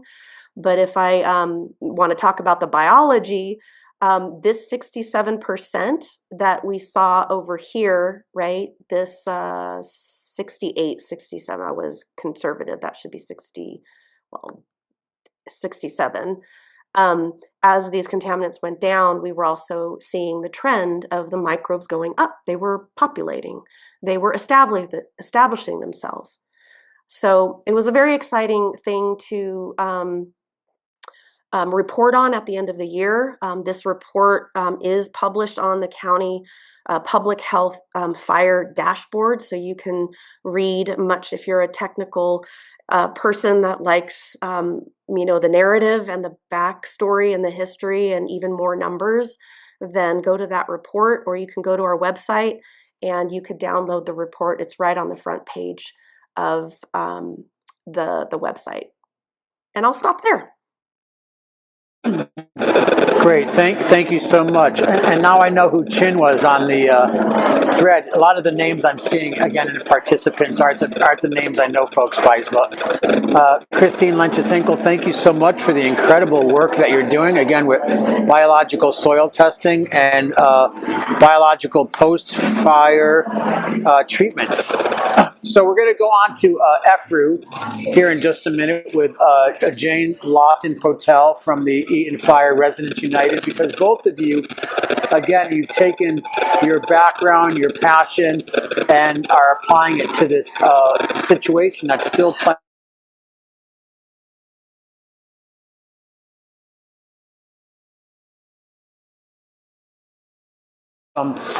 Jericho Lambert. Now, for those of you who are just joining, this is the Soil Summit Series, Part 2. Yesterday, we had our actual on-location event at the land of Greg Apodaca, the founder and director of C3OX, and we had an amazing afternoon with hands-on workshops, panels, and presentations. And today we have some of you back, but we also are joined by other professionals, and of course all of you who are here as participants to hopefully get some information, some wisdom, but also the value of getting real-world contacts with people that might be beneficial in you helping to live a more regenerative, sustainable, green, healthy lifestyle. Now, even before the fires happened, Jericho had been doing a lot of work around the soil, and his partner had written a book, and they were doing a lot of work. But without any further ado, I'd like to welcome Jericho Lambert. Hey guys. You there? Yeah, I think so. Is my video working better now? Yes. Yep, much better. All right, cool. Hey guys, I'm Jericho. I'm not good at all the intros and stuff. I'm actually kind of nervous, but yeah, I'm more of a doer. I grew up in Long Beach. I graduated from Poly, and I started working for LVUSD around I think 2008, 2009. And I was started out interning and working as an environmental consultant. And I noticed like it was pretty boring at first because like during the training, I just had to go to a lot of meetings, and my boss would make me like do all these meetings, and I didn't understand. And then finally, it clicked one day. I noticed a pattern. I was like, wait, how come every school, park, and like track home, like they're all built on contaminated soil? Like they literally just get dirt, make a dump, wait a few years, throw some dirt on top, and build on top of it. And yeah, so I started noticing that, and then I think around when I was like 25, yeah, I bought my first property up north in Northern California, and I was there for about what, about 8 or 9 years. We had like what I think 5 fires like every year in a row. We had like a fire, the Butte fire. There was a bunch of fires, and yeah, and then I ended up becoming like known as pretty much Joe Dirt up there because I was cleaning up everybody's soil. I took all the knowledge from the school district and took it up there with me, and yeah, I just started cleaning everybody's dirt. I was bringing in dirt. I shipped in dirt from Washington. I shipped in dirt from Oregon. I shipped in dirt from wherever I could get it. I was just bringing in really good dirt. And one of the things, well, I got the property. One was because I thought the world was going to end in 2012. And so we were like, yeah, we're have a bug out place. And yeah, so we started, growing a bunch of vegetables. I did grow a bunch of cannabis also, of course. I wouldn't have been able to afford that property if I didn't. And we ended up getting licensed in Calaveras County. And because I worked for the school district, I knew how to, do all the planning department stuff, all the coding, and do all the grading and all that. Like, yeah, I had my own loader, so I did all the dirt work myself. And yeah, I was driving around, literally selling dirt to people. It was pretty cool. And yeah, and I mean that dirt's still up there, and it's still great. Um, uh, yeah, but I think with the Altadena stuff, like it's a trip. I have a few friends that lost their homes out there, and when Chianti he told me about how they were doing the testing, and yeah, they're not really testing. They're testing just beneath the home site, so they can just build a build a home on top of dirty dirt, and then everything around it, all the leaching and all that stuff from all the rains. Nobody has really done, a full. I'm not sure how thorough everybody is, but I think the community and the people of Altadena, I'm glad they're actually everybody is like so involved, and this is like community like that. That's the only way you're gonna see these governments change, because it's kind of it's pretty sad what they're trying to do. I know I saw that they were gonna like increase payments so people can do more stuff, do more cleaning. But yeah, I think the I just yeah that guy Steve, that new um that new process for cleaning soil, that's big. I'd definitely like to know a lot more about that. Usually what we do with mediation is we do excavation. And you also, Jericho, you also did some work before with your partner, and she put out a book about helping to clean up some of the Oh schools. yeah, and yeah, all my work for LBUSD, I worked on 11 schools. We built like I did the methane system for Signal Hill Elementary. Yeah, because I mean, I'm pretty sure every school like in LAUSD also is just it's built on contaminated soil. A lot of these homes are just the government's not going to do anything unless people like us can get things done. But yeah, sorry guys, I'm not that good at talking. I didn't really prepare too much. I had family emergency last night, so yeah, I'm just glad to be here and be able to you know assist in any way I can. Well, as you know, this regenerative movement is transgenerational, so we appreciate your voice. It's maybe one of the more younger people on this broadcast today, the work that you're doing, and you're taking an interest in health for your family, your kids, Yeah, and so we appreciate your voice being heard. yeah. 40 years old. I've seen a good amount at such a young age, so I'm here. And we appreciate you being there yesterday with your drone and footage Yeah, over the I got burn area that we'll a be incorporating into the film. awesome. Great. All right, we're going to pivot now. Yep. Speaking about community activism, speaking about getting involved, we're going to introduce our next speaker. And think about fires, we think about homes that are burnt, soil contamination, but little we think about some of the contamination that happens from homes that are still standing. So our next presenter, Jane Lawton Patel from EFRU, or Eaton Fire Residents United, really started a whole movement regarding remediation and awareness about health impacts of standing structures. And I know she's involved in a lot of things, and she's been learning a lot about insurance and the way things happen with local government and organizations. I'd like to welcome to our broadcast.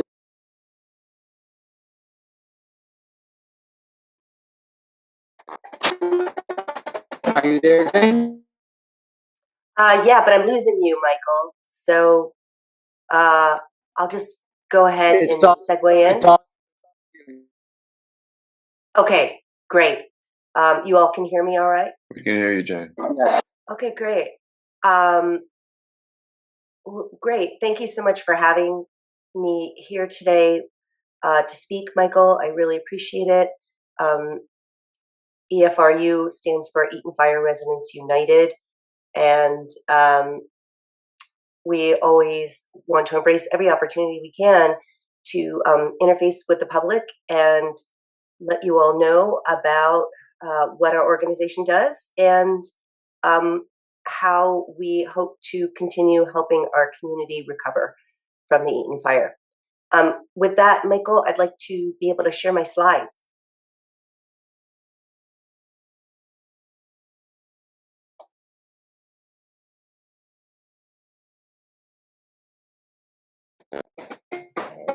Hopefully you're able to do that.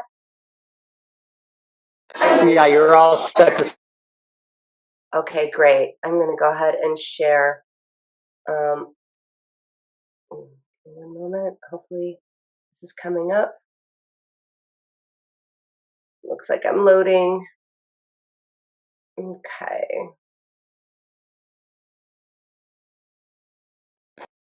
Okay.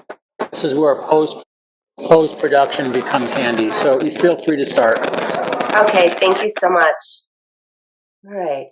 So again, thanks for having me here today. I'm going to give you a shortened presentation of what we usually do, because I know we only have about 15 minutes or so or less.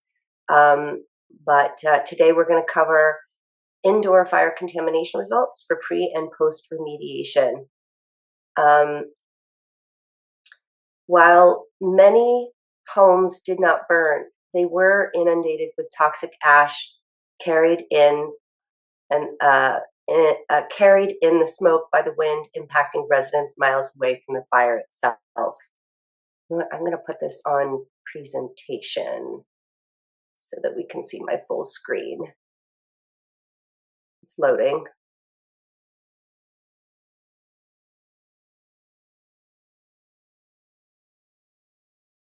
Again, I want to remind people this will be edited, cleaned up, and also through Earthstock and C3OX. Okay, thank you, Michael. All right, I'm gonna start again now that I'm in full screen. Indoor fire contamination results pre and post remediation, February 2026, from Eaton Fire Residents United. While many homes did not burn, they were inundated with toxic ash carried in the smoke by the wind, impacting residents miles away from the fire itself. Eaton Fire Residents United is a coalition of concerned residents formed in the wake of the devastating Eaton Fire of 2025. Our mission is to ensure a safe, just, and transparent public health recovery process for the Eaton Fire affected community. Through community organizing, public engagement, and education, we champion a resilient and empowered Altadena, Pasadena, and Sierra Madre. We promote thorough testing, clear remediation guidelines, insurance accountability, and an universal distribution of resources for impacted businesses and residents, including children, homeowners, renters, insured, and uninsured. EFRU Data Science Committee. Members of this committee are all scientists who are local residents with standing homes impacted by the Eaton Fire with smoke damage.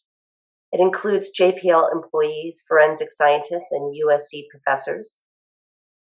And it is led by EFRU Director of Data Science and Educational Outreach, Dr. Nicole McCalla. Dr. Nicole McCalla's professional background, she's a Director of Evaluation and Improvement for the Southern California Clinical and Translational Science Institute. Faculty at USC, Rossier School of Education. She's been a data scientist with 25 years experience in research, regularly managing multi-million-dollar federal studies in education and public health initiatives. And her educational background is a PhD and MA in education from UCLA, studying social research methodology and program education, a BA in economics and liberal and civil studies from St. Mary's College of California, and has research certifications, social behavioral human subjects, and research HIPAA, research best practices for clinical research. And all of this is important to say.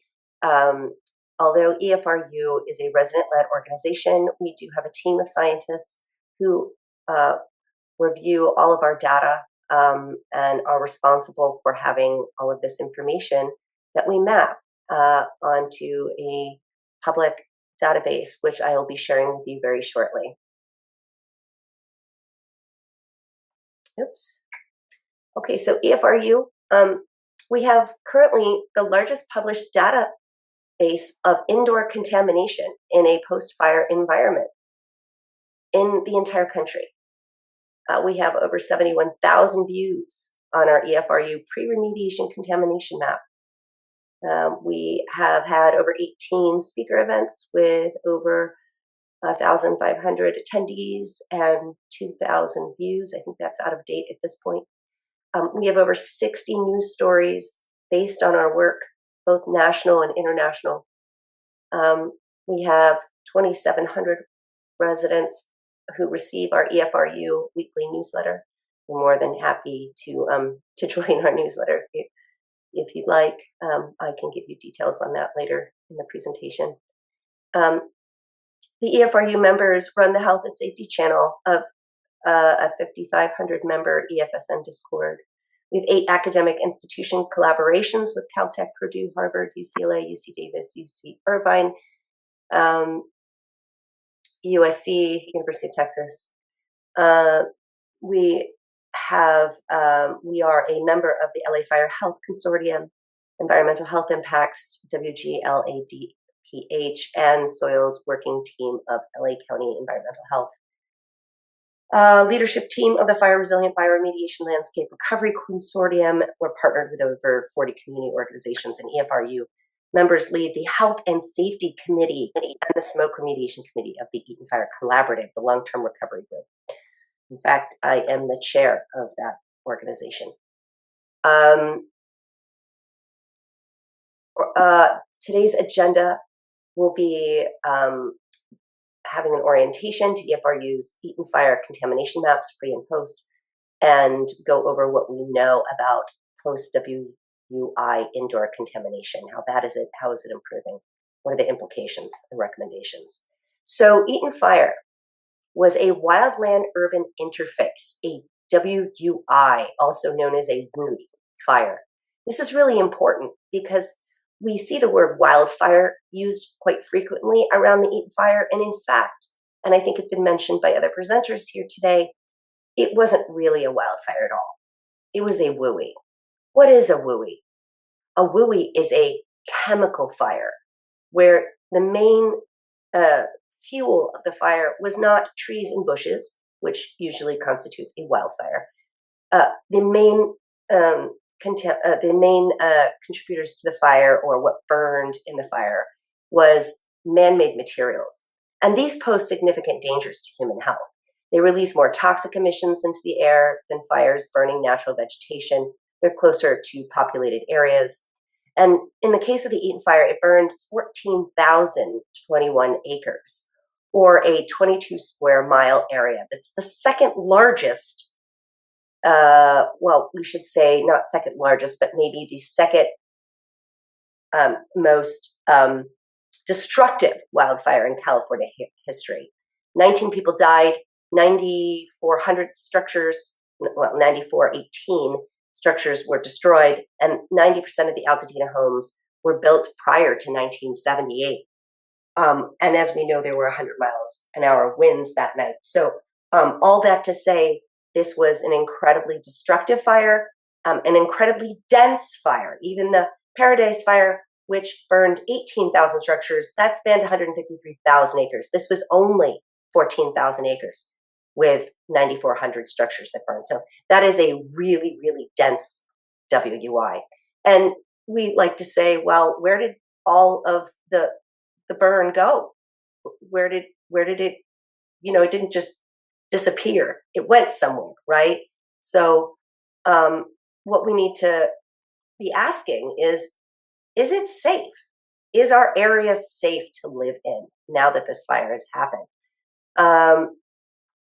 Well, I should say, going back to this, these are the two aerial shots taken around January 9th, which is 2 days after the fires, for both the Palisades on the left and on the right is the Eaton fire.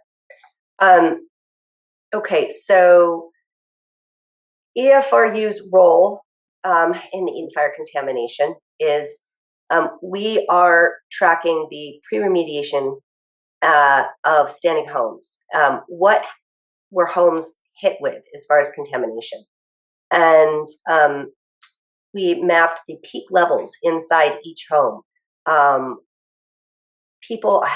Residents have been sending us in their industrial hygienist reports, where they hire professionals to come in and test their home for contamination that may have infiltrated their home due to the Eaton fire. And we have been tracking what those peak levels are around windowsills, hard surfaces, garage floors, HVACs, and such. And these tests are all coming from 100% licensed professional testing companies. No one's sending in tests where they do their own swabs from tests that they buy at Home Depot. That's not happening here. This is all professional licensed testing company reports that have been sent in to EFRU. They all have certified laboratory and chain of custody. 100% of homes in the Eaton fire affected communities include Altadena, Pasadena, Sierra Madre, and roughly 50% of the homes are inside the burn zone, and the other half are at least 250 yards from the nearest burn structure and or reside in the ash zone, which you saw earlier pictures of those ash zones from an aerial map. Damage to the lot, yard, or home was reported in only about 40% of these cases, and 78% of the homes were professionally remediated, while 22% of the homes were do-it-yourself following a wildfire cleanup remediation. And we'll look into that when we see our post-remediation map. Why is it important to examine contaminants in homes? Well, many contaminants can be released from WUIs and travel far distances. Some toxins pose greater health risks than others. We spend a lot of time in our homes and are at greater risk of chronic exposure inside. Multiple routes of possible exposure from inhalation, ingestion, eye and skin contact. Look, when you live inside a contaminated home, it's living inside you because you can't avoid having it come inside your lungs, live in your body. You touch your counter, you eat. It's going to be ingested if your home is not properly cared for. And then dose and strength. If there is repeated exposure over time, toxins can accumulate in the body. Individual sensitivity. Many of us have vulnerable populations living in our homes, including babies, toddlers, young children, elderly, immunocompromised, and have health complications. Toxic exposure leads to sickness and death. Information about contaminants in our community can also guide research, policy, and practice, informing family medicine, public health departments, insurance companies, and elected officials for action. Okay, so here we have our pre-remediation map. And what's important to note here is that we currently have 259 tests showing 100% contamination. Every single icon that you see here does list contamination. Lead is the leader. The gray spots are those homes that did not test for lead, but the majority of homes did test for lead, and that's why that is the leader. If you were to go to our website, which is www.efru.la, you would see that clicking on these icons allow you to see a whole host of other contaminants from the full range of CAM17 metals, as well as lithium and asbestos. But every single home is either testing positive for some kind of contaminant, whether that be ash, soot, and char, or all 17 of CAM17 metals, or lithium, or asbestos.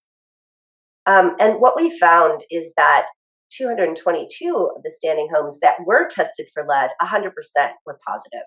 And you can see from this wheel the levels of contamination that we're looking at. At this point, no home tested for lead is safe to inhabit. no level of lead dust. We're not talking about lead chips here. We're talking about lead dust, which is much, much more dangerous to live with in a home, because lead chips have to be touched for you to have some kind of exposure, whether that means that it stays on your skin for a bit or you touch your mouth. But lead dust, you don't even have to touch to be affected by. You could have a slight breeze in your home and you could suddenly breathe it in. You don't have to touch the lead dust to have it affect you. And that's what's so concerning about it. So as you can see, most homes are well above the EPA thresholds, some as much as 5,000 times. And here the LA Times listed a great article on all the CAM17 metals and what kind of diseases each one of these metals can cause in a dust form if they're found in your home. This here is our post-remediation map, and we don't have quite as many mapped as we do on our pre-remediation.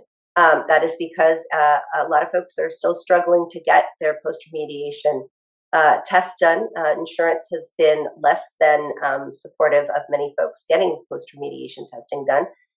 Testing is expensive, and this is why we recommend that you file a claim with your insurance company if you have a standing home in order to get your testing paid for. However, just because you do that doesn't necessarily mean your insurance is going to be willing. However, they are obligated to do it. Folks are still struggling, though, to get their insurance to cover the cost of their post-remediation testing. In many cases, insurance companies are sending in their own industrial hygienists now to test because they want to perhaps show secondary data on the levels of contamination that are still in homes. They're contesting what independent industrial hygienists are putting forth. It seems to be pretty much consistent that insurance companies are coming in with industrial hygienists that are reporting much less levels of contamination inside standing homes, whether it be pre or post. This is why we really recommend people file a claim, but insist on hiring your own industrial hygienist to test, even if your insurance company insists on hiring their own contractor. You still need to hire yours. Under the state of California insurance code, they cannot deny your independent industrial hygienist tests and choose their contractor's results over your independent industrial hygienist test. Insurance code will, if taken to court, the insurance does have to recognize the higher value, whichever it is. And the important thing to know is, out of this post-remediation results that we found, that 36% of the homes after remediation were still showing positive for asbestos, and 96% were still showing positive for lead. And remember, no level of asbestos is safe, especially asbestos dust inside of a home, and certainly no level of lead dust is safe in a home either. So this is important to know. And why is this so? Why are we still finding contaminants inside homes after remediation? Well, first we'll touch on the fact that 96% of homes are still testing positive for lead. We can see here on windowsills what we're seeing here. 50% are over threshold on windowsills, and 89% are still positive for lead on windowsills. Floors, 63 are over threshold, and 83% are still positive for lead. And so these are quite concerning numbers. Asbestos, here we see that many homes were at, for pre-remediation, 19% were positive for asbestos, and then in post, we're actually seeing higher numbers of 36%. And that's really concerning. As was mentioned by one of the other presenters earlier, we are seeing cross-contamination happening. This may be occurring because soil is still contaminated, and that may be tracking in some of this contamination. We know that there was a lot of concrete crushing happening in the community for a good 6 months at the golf course by the Army Corps of Engineers, and that put a lot of dust into the air and continued circulating it for a number of months. We know the AQMD tracked asbestos 6 times in their air monitors throughout Altadena during this concrete crushing time, and that dust settles somewhere and it can go inside standing homes. So all of these things may be contributing to why the contamination level for asbestos increased inside homes in post-remediation testing. And it may also be that many folks didn't get pre-remediation testing and just hired companies that were not certified for lead or asbestos to get their homes remediated, and therefore they didn't have the right experience or the right materials in order to do the cleanup appropriately, or I should say abatement appropriately inside homes. And this puts the workers at risk who are not qualified to do this type of cleanup. And obviously it does not get the home back to safety. So any of these reasons may be why we're seeing more asbestos inside homes in post-remediation than we are seeing in pre-remediation.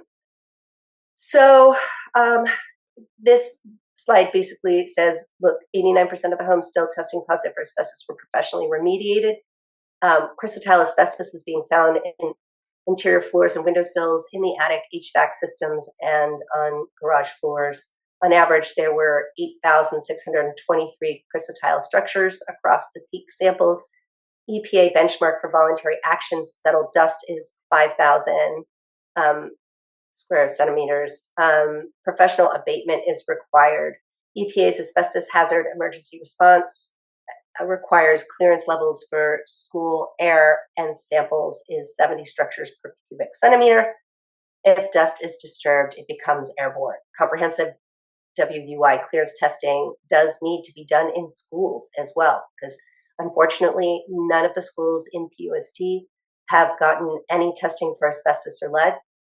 They had no pre-remediation testing done before the PUSD schools sent in a crew to clean up ash, soot, and char, and tested for only ash, soot, and char in post-remediation testing. And we know now that even if you clean up the ash, soot, and char, these contaminants of lead, asbestos, and the other 17 Chem17 metals, including lithium as well, can still remain because they're nanoparticle levels, and just wiping up a surface is like hiring, a company that's unlicensed to do lead and asbestos cleanup. You really need to test for lead and asbestos to know whether or not you are hiring the right remediation company to have the qualifications to do this kind of cleanup, to have the right equipment, to have the right experience, and then test after remediation or abatement to make sure that those nanoparticle chemicals were in fact cleaned up. And as you know now, many of the cases we're seeing, they were not properly cleaned up. And just to ask really quick while we have a minute left here, you're also finding contamination out of the burn scar, because I know usually people think this is the burn scar, this is what burned, that's where contamination is. But can you share with the last minute just that this is affecting a whole region, not just people that were directly affected, even if they still have standing homes outside the burn scar? So thank you, Michael. I did specify that earlier on in the presentation, that only 40% of our data was coming from inside the burn zone. That means another 60% is outside the burn zone. So it's really important that you get your home tested. Caltech believes this goes 7 miles. So you do need to get your home tested if you found any type of ash, soot, and char inside your home after the fire. If you cleaned it up yourself, this does not mean that the nanoparticles are gone out of your home. You are still living in it. You are still exposing yourself to it. Children, pets, elderly are most vulnerable, and it's accumulative. So it may take time before you start seeing people feeling sick in your household. So this is really important to do sooner than later. One last thing I do want to say before we end here is that many people have the wrong type of asbestos testing done in their homes. They did PLM, PCM, ACM, or ASTM testing for asbestos, thinking that perhaps that was conclusive enough to find out whether or not they had asbestos. Really, the appropriate version of asbestos testing is TEM. It is 20,000 times more sensitive than any of these other versions of testing. And many people have found that, in fact, once they went back to their homes and tested for TEM after doing any of these other models of testing, found that they had a fair amount of asbestos still in their homes. So I'll just quickly move over here to just say what our findings summarized was that only 4 out of 10 homes were safe to return to. 6 out of 10 homes remain uninhabitable after remediation because remediation was just not done properly inside homes, or there may be cross-contamination that is happening inside homes. All of this to say that these are the type of contaminants, these are the type of, health effects that you may have on a short-term basis, headaches, respiratory problems, skin and eye irritation, chest pain, nausea, vomiting, asthma, reduced liver function, fungal infections, strange taste in mouth, compromised immune system. And then these are the long-term diseases. And this is what's really going to be concerning and we will see developing in the next 2 to 5 years if people do not get their homes properly remediated. Lung inflammation, difficulty breathing, chronic headaches, gastrointestinal, cardiovascular, immunological, pancreatic, liver and kidney disease, reproductive problems, damage to babies, in utero, neurological symptoms, especially in children and the elderly. So I won't go too much further into the rest of these, but what you need to do if you've got a standing home, it's really, really important that you get your home tested. If you have insurance, file a smoke claim, damage claim. United policyholders can help you with that if you go to their website. Demand clearance before occupancy, that you deserve a home free of WUI fire contaminants. And you should not be forced to return home until all toxins have been remediated or cleared to a level that is safe for inhabitation. If you've already, you've never left your home or you've already returned home, we really, really want to advocate for you to get pre-testing done to guide remediation. Hire asbestos and lead certified remediation companies. Advocate for post-remediation testing to establish habitability with CAM17 and TEM asbestos testing, as well as you may want to consider PAHs, cyanide, lithium dioxins, and furans in post. It's more important that you get more testing done in post. Pre-remediation testing is just to guide what type of certified remediation company you should hire, but the post is what's going to tell you whether or not your home is fully cleared from contaminants. Be prepared to demand additional remediation rounds until clearance thresholds of contaminants have been reached. If you're a renter, demand that your landlord follow the law and complete effective smoke remediation. You have a right to habitability. There's a law called SB 610 that protects you. And if you're a renter, insist on seeing clearance results from your landlord for post-remediation testing before moving back into a new place. File a complaint with the Department of Insurance if experiencing difficulties with your insurance. We all deserve a safe return. And then finally, follow EFRU progress in tracking indoor contamination and status of indoor remediation at www.efru.la. Encourage others with standing homes to file a smoke damage claim in order to get their homes tested. Share your tests with EFRU to increase the power of our collective voice to guide recovery efforts. If you come to our website, you can see part of our menu, share testing, and you can upload your test there. That's how we're able to track this information and advocate for the community. And then follow the developments of AB 1642. This is a bill carried by Assemblymember Harabedian to establish indoor contamination thresholds beyond lead and establish protocols on testing, including where to test, how to test, and how many samples to take. EFRU is helping to develop this bill. And this affects all of our schools, our library, and other public spaces. So even if you have a home that is a total loss, it is important to support this bill so that our public spaces get the proper remediation that they deserve. Check out our educational speaker events at www.efrula/speaker-events. Some of our particular videos that people take a lot out of from is taking legal action against your insurer when they are not testing appropriately at your home. Purdue guidance on sampling and testing. EFRU's presentation on indoor contamination levels after remediation, which are much more thorough and being presented by the lead of our data science team and education, Dr. Nicole McCalla. And then finally, smoke damage and the path forward, which was a presentation by insurance litigator Kevin Pollack of X Law, who did a full presentation for the California Smoke Claims Remediation Task Force on behalf of the policyholder. Very, very informative to tell you what your rights are. And with that, I will wrap it up and turn the meeting back over to Michael.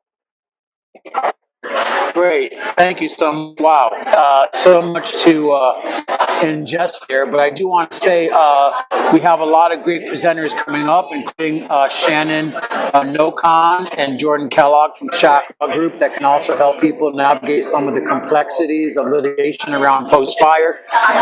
We have Tony Myers, who does a massive industrial level biochar remediation, Ray Serino, natural builder, and Figueroa, and many others. But right now, I'd just like to take a moment and we're going to pivot over to Lynn Fong from SoilWise.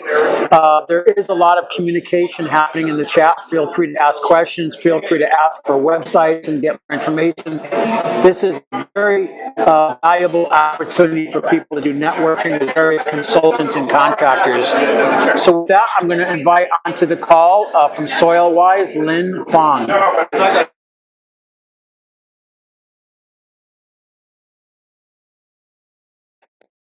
Are you there, Lynn? Okay, we're going to pivot now and go to Tony Myers. I know he's been a call from the beginning, and Tony does incredible work on very large industrial areas. So welcome to our soils.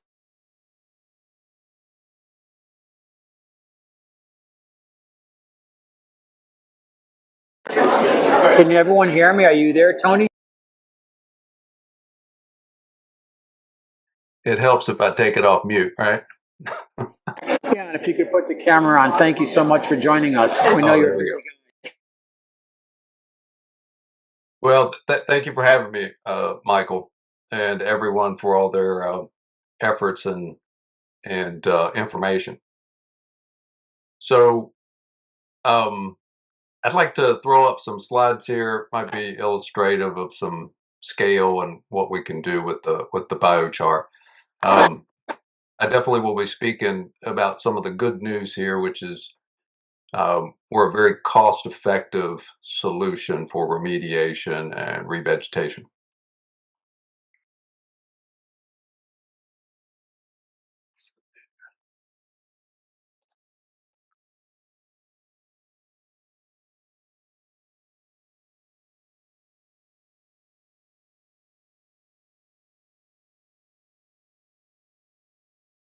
Okay, can everyone see that? We can see it. Great. So, my name's Tony Myers, and we have an interesting product, a very sustainably produced product. We actually qualify for 3 tons of carbon dioxide removal credits for every 1 ton of biochar produced.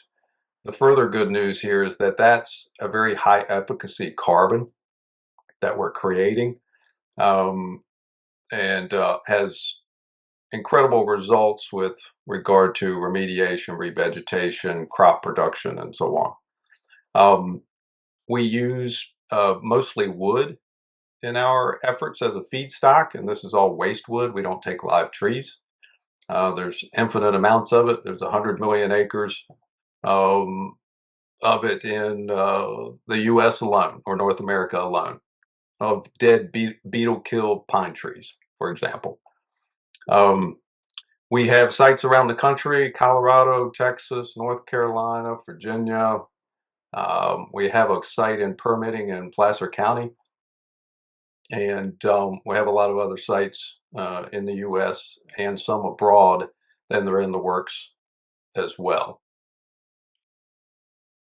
So our basic process is simply this: we're going to take the wood waste, we're going to put it in a clean kiln technology, and out comes what you see here in the bottom, which is a very clean carbon matrix. The beauty of this is that there's going to be an electrostatic property imparted naturally as a little trick of nature due to our long duration process at certain temperatures under a vacuum. This creates the additional mechanism for remediation and acting like a battery in the soil um, due to that property and the high surface area you see out like this picture. Our carbon has a half-life of about 17,000 years per US government testing. This is unfortunately the state of affairs in North America and beyond. With so much environmental contamination, the pests are getting the upper hand due to vegetation that's been weakened due to the toxins and other issues. Not all biochar is created equal. Like many materials, it's simply there's different grades of material for different uses. You know, if you're going to use it, whether at large scale or small, good idea is to very much lean to the type on the left versus the one on the right, which you can see is there's still a lot of volatiles in that material. Also, you can look for a silvery, shiny finish. It shouldn't be just black. That's a sign of lower quality as far as efficacy for remediation and agriculture and so on.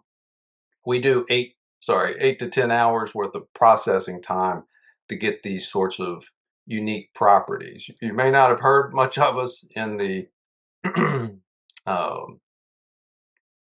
I don't know, consumer market and with flashy news items, but we work for over 650 large companies, government entities, etc., doing all kinds of different remediation. Now, we're not a service company, we're a product provider, though, just to be clear. This is a little illustrative of some of the uniqueness. We're actually the only biochar company that's ISCC Plus certified from the German government. We do have insured carbon dioxide removal credits. It's another unique aspect in the marketplace. We don't know of any others at this point. There's some so-called insurance out there, but we're insuring for everything. And we can produce at very, very large scale. We have a very large sales pipeline, which means that we're creating a lot of carbon. So 1909, typical forest scenario. You flip to 1989, it's a little mismanaged possibly in areas. Leads to fire so hot that it destroys the fertility of the area and very hard to revegetate at that point. We can remedy that with our carbon. We're working on negotiation for 970 acres of support for burned forests in the West right now, as one example. We're a very proven product for lots of different contaminants. This is not an exhaustive list, but it does give you a flavor for what you can expect. We do very well with heavy metals. We can absorb forever chemicals, which is a very big deal. PCBs, dioxins, polycyclic aromatic hydrocarbons, other oil gas, sulfur dioxide, hydrogen sulfide, and on it goes. Phosphorus and nitrates are another really important area. See a lot of that in the fires. End up with a lot of runoff of phosphorus and nitrates. Let's see here. So it's fairly hard to wash anything out of our biochar once it's absorbed. It's that electrostatic binding. The plant can tickle out the nutrients as it sees fit and leave other contaminants alone. But the good news here is regardless of how much irrigation or rain, you're maintaining most of that to the point of, in this example with DuPont, removing mercury in the river in Virginia, we leave our filtration systems in the river themselves Also, the biochar is worked into the banks and other overflow points, like these floodplain areas where biochar and compost are placed, and you can walk away. Obviously, the costs are less from an in situ scenario like this. Also, part of the effort here was testing for what happens to the food chain with one of these contaminants in the biochar. So what was tested for over 3 years was the biochar, was it migrating any contaminants through the digestive tracts, and all the testing showed that we're binding the contaminant, in this case mercury, and then it's passing through intact. And so that gives you a lot of flexibility and a lot of certainty in what you're up to. We were actually 5 times more effective than other carbons that DuPont and AECOM, their very large contractor, had ever seen for mercury absorption. I just giving you a little thumbnail sketch here of what's possible, and it's possible at a very cost-effective price point, small scale, large scale, and a lot of different flexibility with application. So here's simply DuPont and part of their project, because the alternative here is dredging.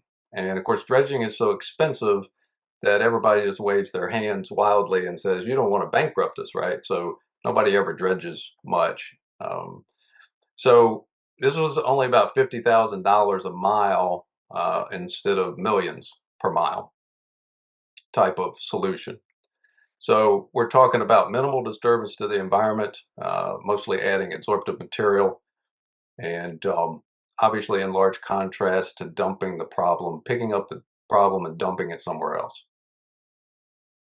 Another bit of these just pictorial of different things going on at the site, but this little cage here, that's a stainless steel system that we place silt socks in there filled with our material. The end result of some of the efforts is, as you see here, at the top was the beginning, and then you can see lush vegetation. This happens very rapidly. We also work with some microbe suppliers. The biochar acts like a microbe condominium and has a tremendous impact. Tremendous impact. So when you add other sorts of microbe formulas, rather than just letting nature go, you can even ratchet it up even faster. So I'll just make this mention, but you know, the opportunity is here not to take 6 to 10 years to turn around large chemical centric farm operations into biodynamic farms and do it really rapidly, especially with additional microbes. So one other note on the microbes, since the biochar supports it so well, it's a low cost opportunity. NatroSolve, we work with them and some other folks. NatroSolve is out of Utah, but their fungal varieties can drive arsenic right back into the soil, and other contaminant issues. It of course also break things down like PFAS chemicals. The biochar is there to sequester the remnants of that as well. This is very typical in remediation issues. You have a toxicity issue, so you want to get rid of your mercury, or you want to get rid of your fracking chemicals or something. It's like, well, there's also other problems like the nutrient issues for the plants, the desiccated soils due to the high salt content, so on and so forth. So that's the good news here is that the biochar and things like microbes can deal directly with these sorts of things. Worth noting, just in case I don't remember to mention it, is the product is approved by the USDA for livestock use.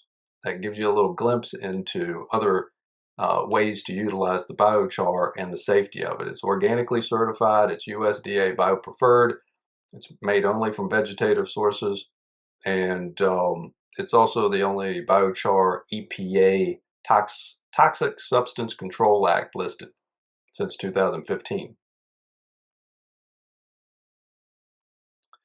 So we're trying to get things to a point where nature can run on its own. It definitely knows better than we do much of the time. Um, we can absorb, this is very important because there's some very large scale projects that we're working on. We can take up a pound of phosphorus for about $2 worth of our carbon. Now, contrasting that to other best management practices that were known a few years back from the state of Virginia, and you're talking it's 1%. I mean, so I guess I just want everybody to be heartened that we're headed toward a point where there's some natural processes that are cost effective. Whether you want to work on your yard, whether you want to work on the park, or whether you want to clean up a major bay. So this is one example of rapid removal of the excess nutrients and the algae going away because that's their feed. That's their food. This is a picture of floating biochar socks, we like to call them. So they will descend suspended in the water like that, and the water moving all day long, it continuously filters. We can use that for PFAS chemicals. We've been using it successfully for that. Nutrient pollution, obviously, as well. That's where we got started with the sock concept.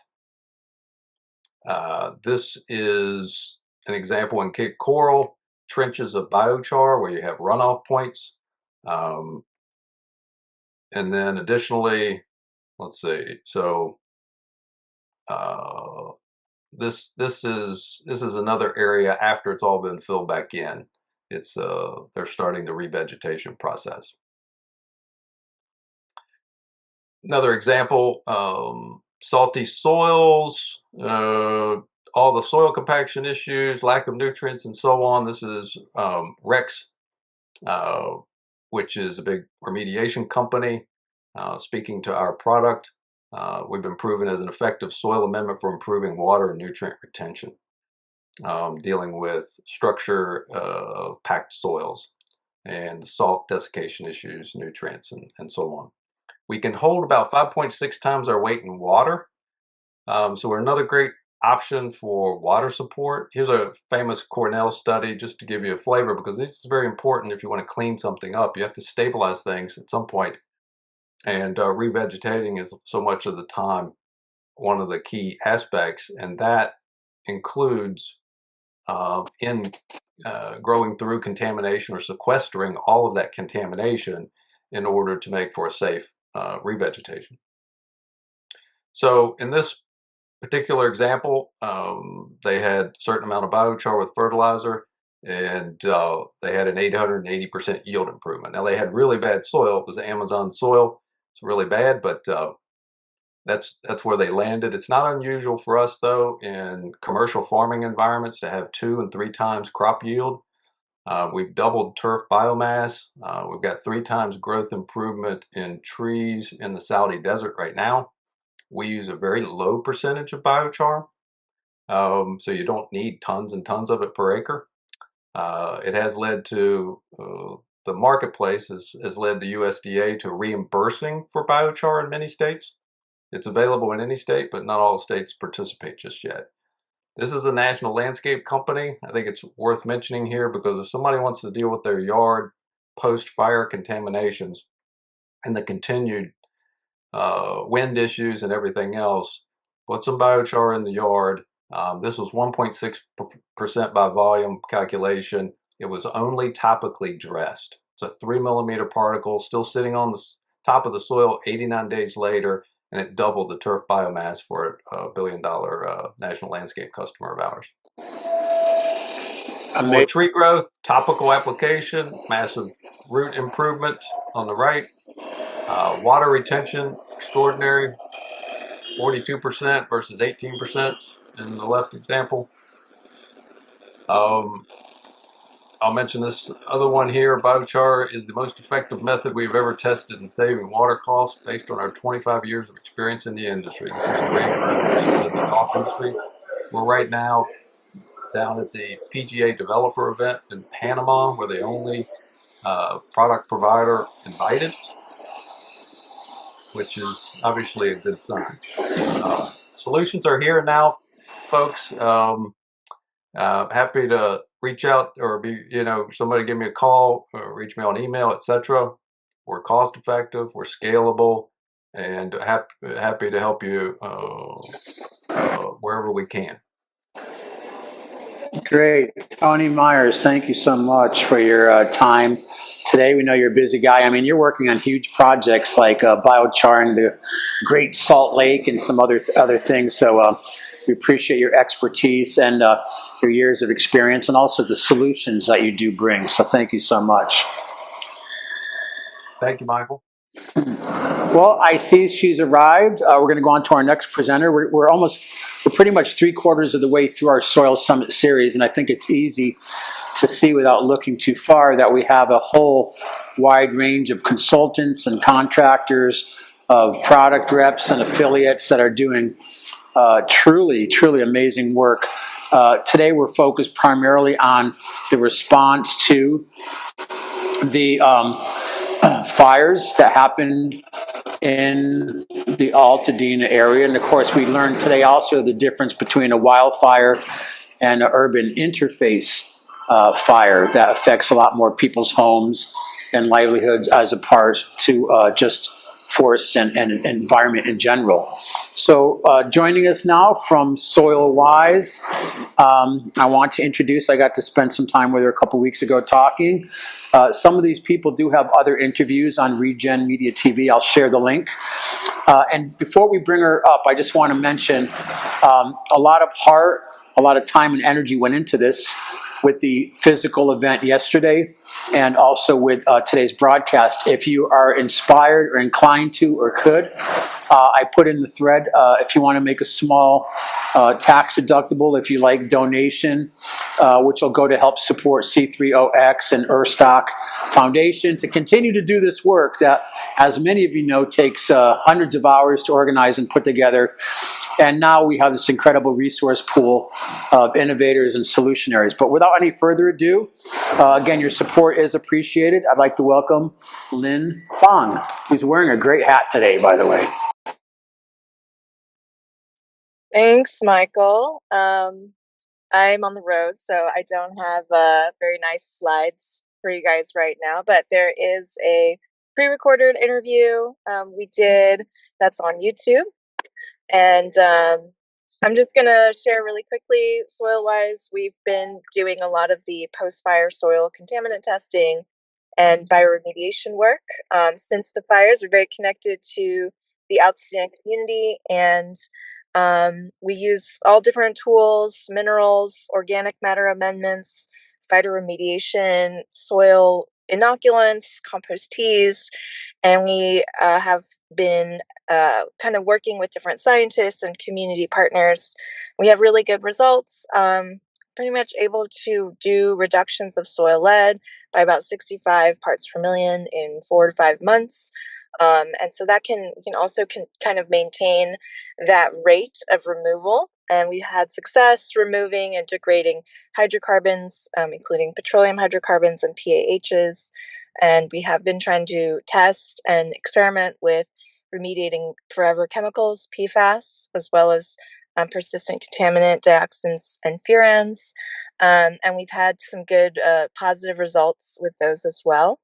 And we have also been organizing with local nonprofit groups as the Dena Soil Project to do community bioremediation workdays, provide free soil testing for low-income families, and also potentially be able to build up a resource hub where community members can access equipment and supplies to be able to do their own bioremediation work. And so we do have a crowdfunding campaign going for that right now as well.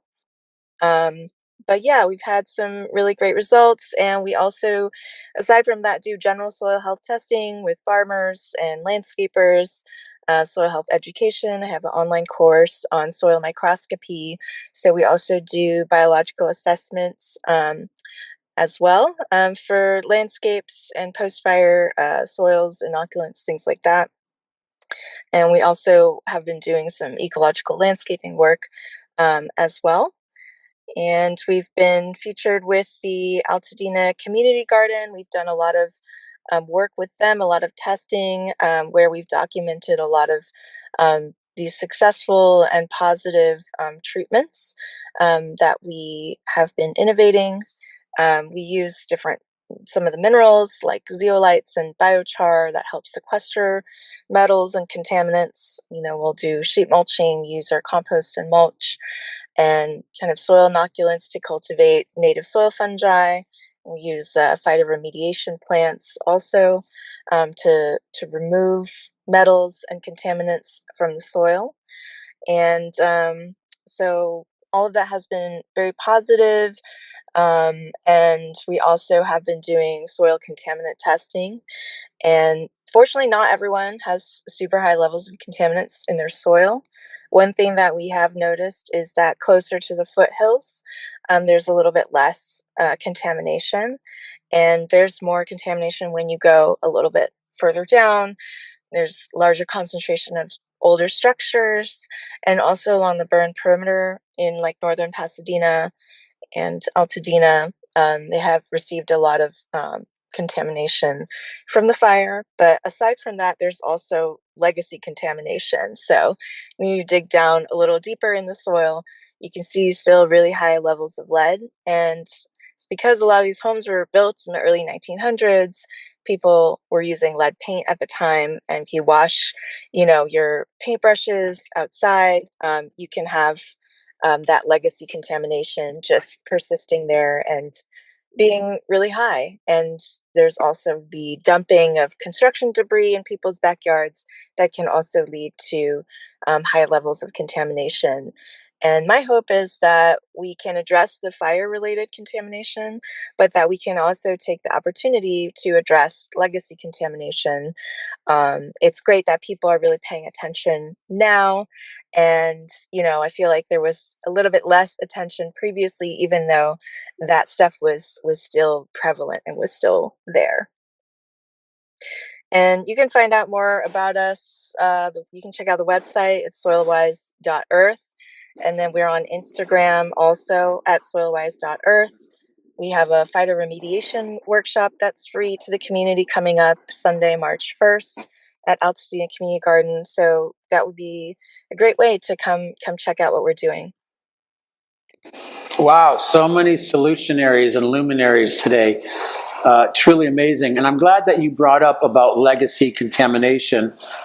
Coming up, we're going to have, again, Shannon, NoCon, and Jordan Kellogg from the Shack Law Group that are helping people navigate post-fire litigation and working to hold certain people accountable. Also, we have Ray Serino and Brian Figueroa, both who are involved in natural and green building, because the reason, like you said, we're in this situation is because we need to learn, and as sad as it is of what happened, it's an opportunity, like someone said, it's a clean palette right now. It's a clean canvas to recreate and rebuild green, and to create really as a template and model for the world ecological design, agro hoods, potentially microgrids, all of these types of solutions that are based on what happens beyond the fire and the idea of rebuilding. So again, thank you so much, Lin Fong, for joining us today. So speaking about solutions, sometimes when people, we have such a diversity of different people who present on Regen Media. I did put the link into the chat, so if you want more information later, or you want to share this video with other people and kind of unpack the genius and the amount of information that's here, scientific and otherwise, you can go to Regen Media TV, and also C30.X will 3.0X will also have this video available as the producer of the hands-on workshops and soil summit yesterday up at Greg Apodaca's property. But for just people who watch this video, like, oh my God, what can I do? And part of it is, what can you do is you can learn how to start creating your own compost also. So recently when I was at the Club Joyful, which is a conscious community place where people get together in Venice, alcohol-free. I got to meet Lizzie Locke, who her and her partner have developed a very simple, easy-to-use, practical, for any household person, a technology that you can utilize for creating compost. So with that, I'd like to welcome Lizzie Locke, who's going to talk about a very simple ground level backyard compost making with her compost. Hello, everyone, and thank you so much, Michael. I'm Lizzie Locke, and I'm here with my partner, Derek, and we are Alchemy Pot. And what we have is a simple solution for backyard composting, and we have a soil maker, which we have one behind us here, and it's a stoneware composter that you put the bottom half in the ground, and there's holes in the bottom.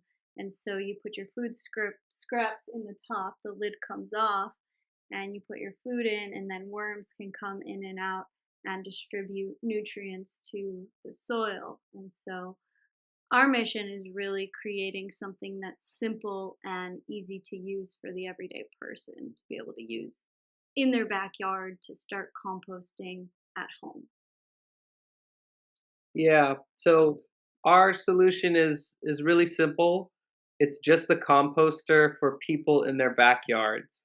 But the ripple effect of this is in many different directions. So food waste in the municipal waste cleanup cycle is one of the worst things for landfills because it creates a lot of methane. It makes the trash wet and heavy, and we spend a lot of fossil fuels cleaning it up when it can all be put into the ground on site where it's created or where it ends. And then what we're able to do is offset the carbon that gets created in the landfill, as well as regenerate the land and filter through the land.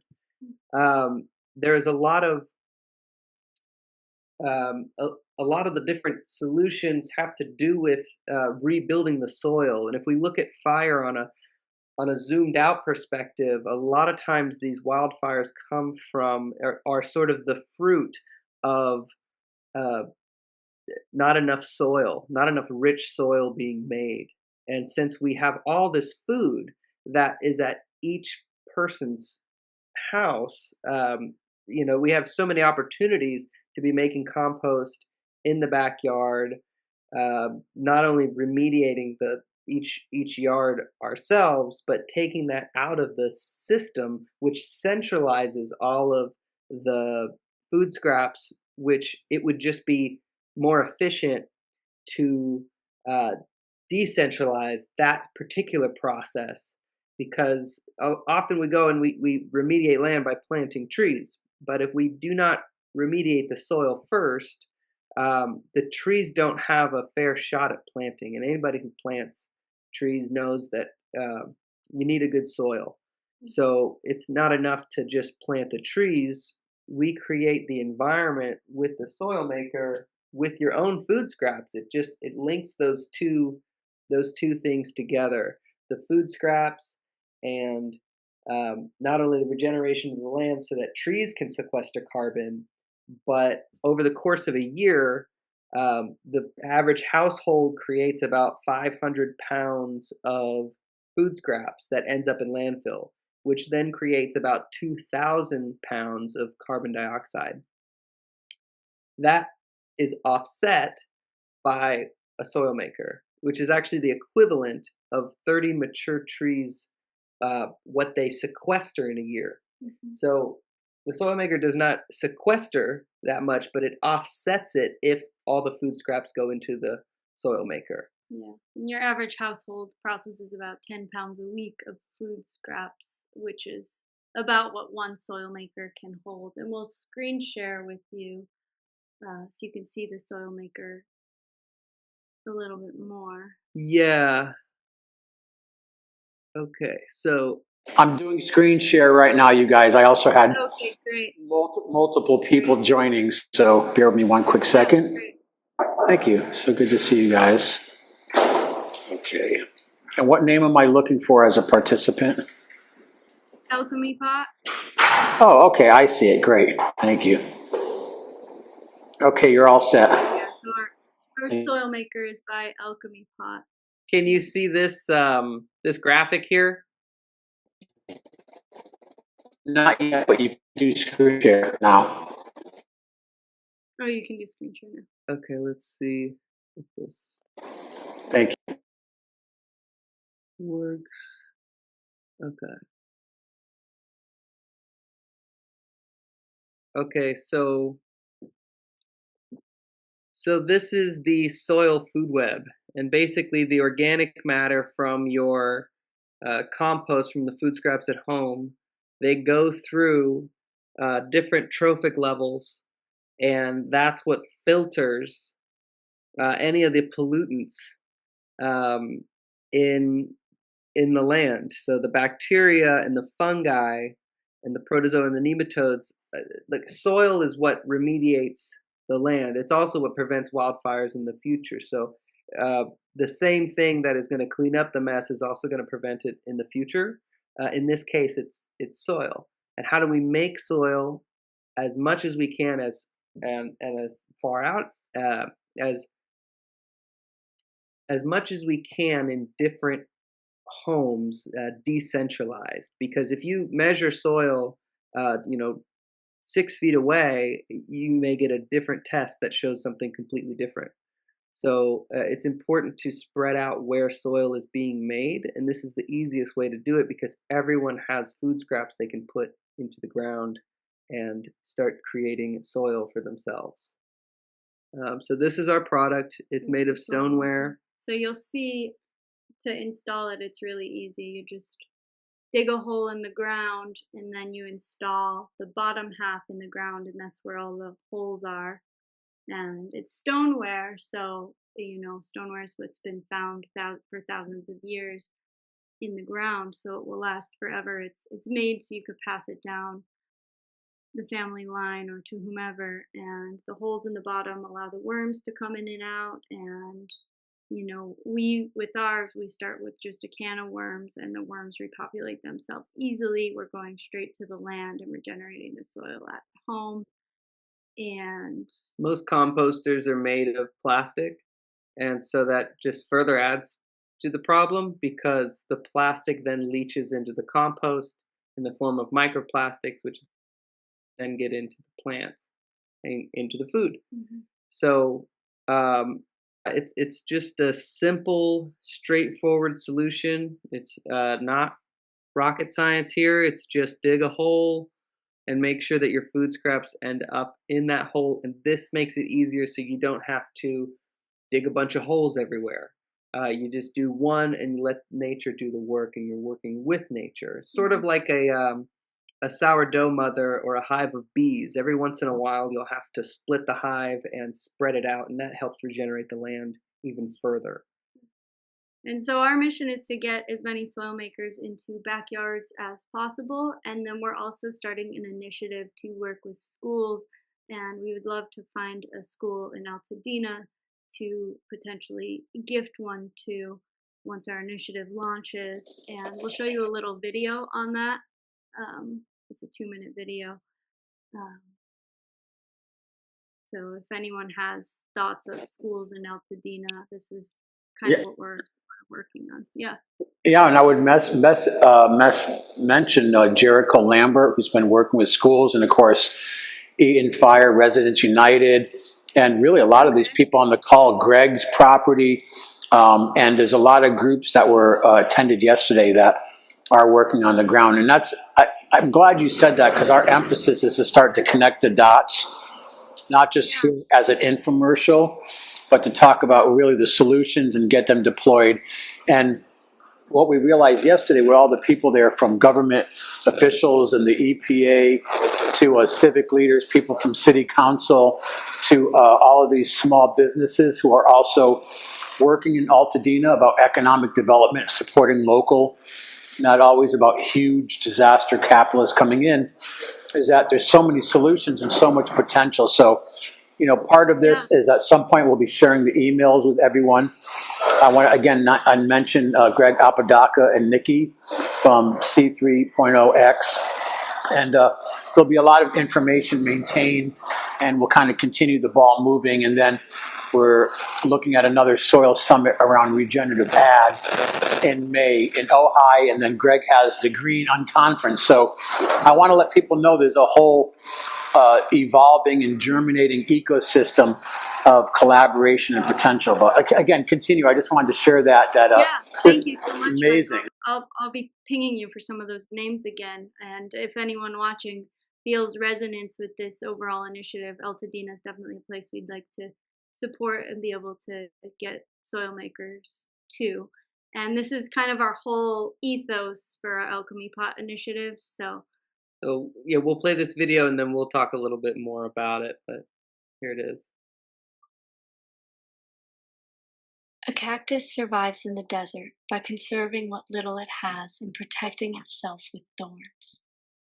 A fruit tree in a forest survives differently. It feeds the soil, it feeds the ecosystem, it feeds itself. Where resources are scarce, survival depends on protection. Where resources are abundant, survival depends on connection. So what determines how a plant evolves? The environment it grows in, the soil. Now consider the emotional landscape of a middle school. If the culture feels like an emotional desert, students adapt. They grow guarded, defensive, thorny on the outside, and soft on the inside. But when the culture feels like a rich soil where safety and trust are cultivated, students grow differently. They grow inner strength, they collaborate, and they co-create. The question is simple. What kind of trees do we want to grow? And what kind of soil do we want to make? The Alchemy Pot initiative helps schools transform both the outer and inner environment. Outside, students use our in-ground composter, the Soil Maker, to turn food waste into living soil. They participate directly in regenerating the land. Inside the classroom, they practice a role game called Alchemy Pot, a guided process that builds emotional literacy, safety, and connection. Over the course of the school year, as they play the game and regenerate the land, students don't just grow a garden. They grow capacity. They start to internalize a regenerative framework for life. Our invitation is to empower our youth from the emotional desert where cactus is king to the rich, fertile lands of connection and trust. This is how culture regenerates, inside and out. Join us. Bravo.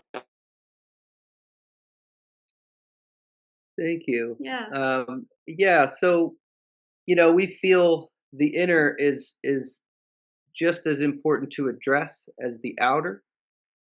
And the way to do that is sort of with the soil maker. It is we call it an alchemy pot because it turns the food scraps into soil. It turns the very thing, like food scraps, which when they end up in landfill pollute the earth. It turns them into something beneficial, and so it becomes the fuel for the garden.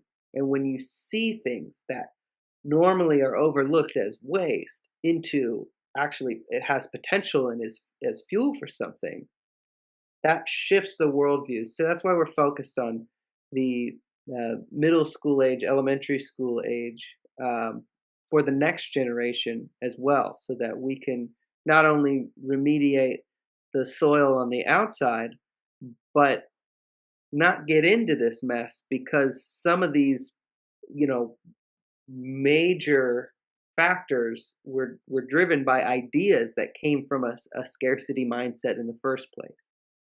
So addressing these things on different levels we feel is important. So that's our mission. If anyone feels resonance, you can find us at Alchemy Pod or connect at alchemypod.com. We're here to support. Fantastic. I want to say great work. Talk about synchronicity. I'm at Conscious Life Expo here in LA today, and Chianti Murphy just walked in. Chianti was actually a great support person and one of the initial visionaries and volunteer support people. Chianti. Hey. And he's here now, and he said he thinks he got your email wrong because he wanted to reach out and get one of the composting pots. And so I'm going to give him your email. Make sure you put your email in the thread along with your website. But I want to acknowledge Chianti because he showed up yesterday and today has been very helpful in the whole process. You want to share a word for a moment? Sure. So I want to thank all of you for participating and showing up. And that's just what we got to do. Like, I'm not an expert in any of these matters. I'm a contributing artist, and I'm a production assistant for events and so forth. I do many things, but I just, am always keeping informed, and I wanted to find out what was happening around the fires.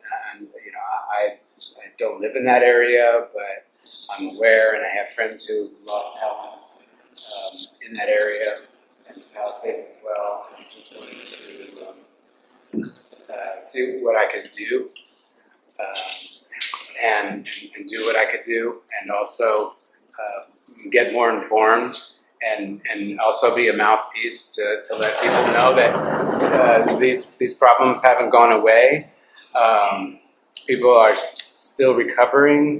People are still being affected by it, and these kinds of things are going to continue to happen unless we make sure that people don't know that these things aren't going away, and that they will keep on reoccurring unless we change our ways.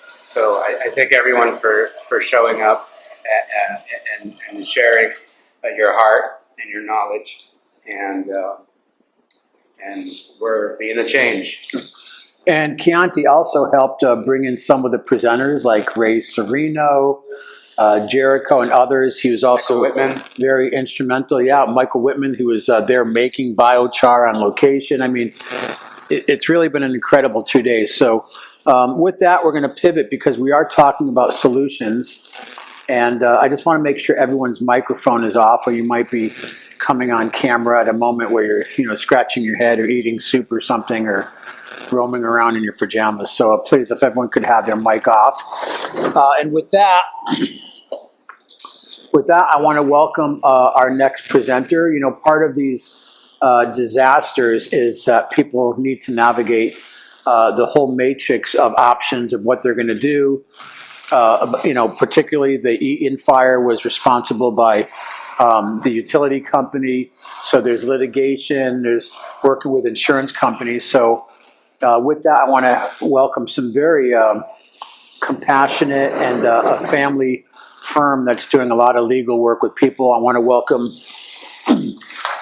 to our broadcast today, Shannon NoCon and Jordan Kellogg from the Shock Law Group. And then we're going to go over to Ray Serino, one of Chianti Murphy's contacts, who is doing amazing natural building stuff. So welcome, Jordan and Shannon.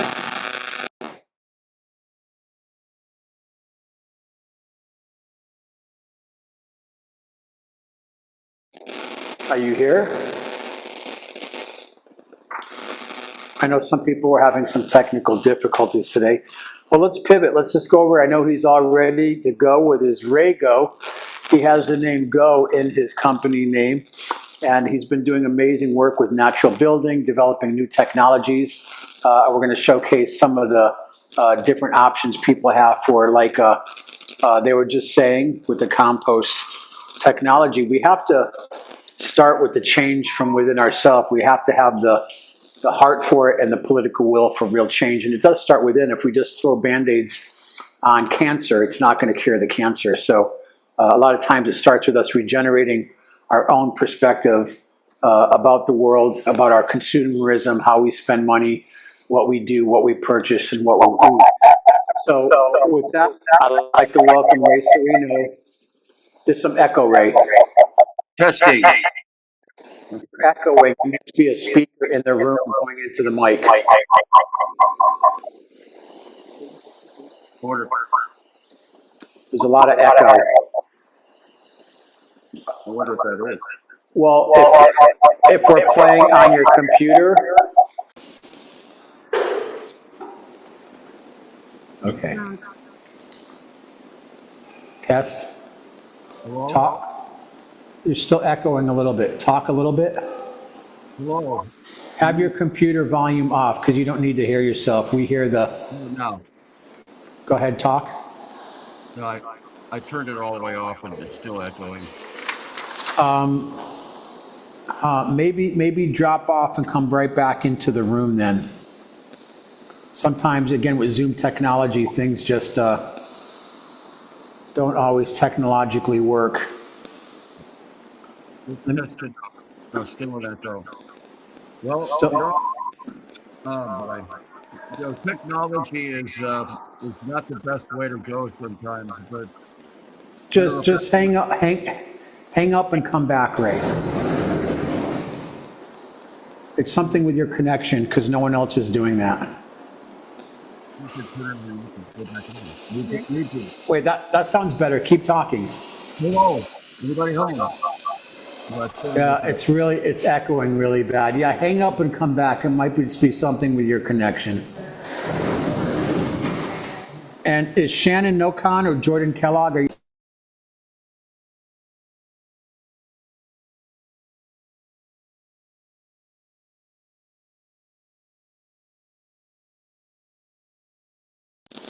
okay?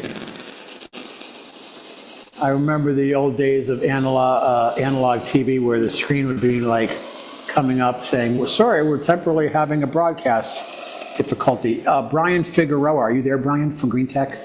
Carmen?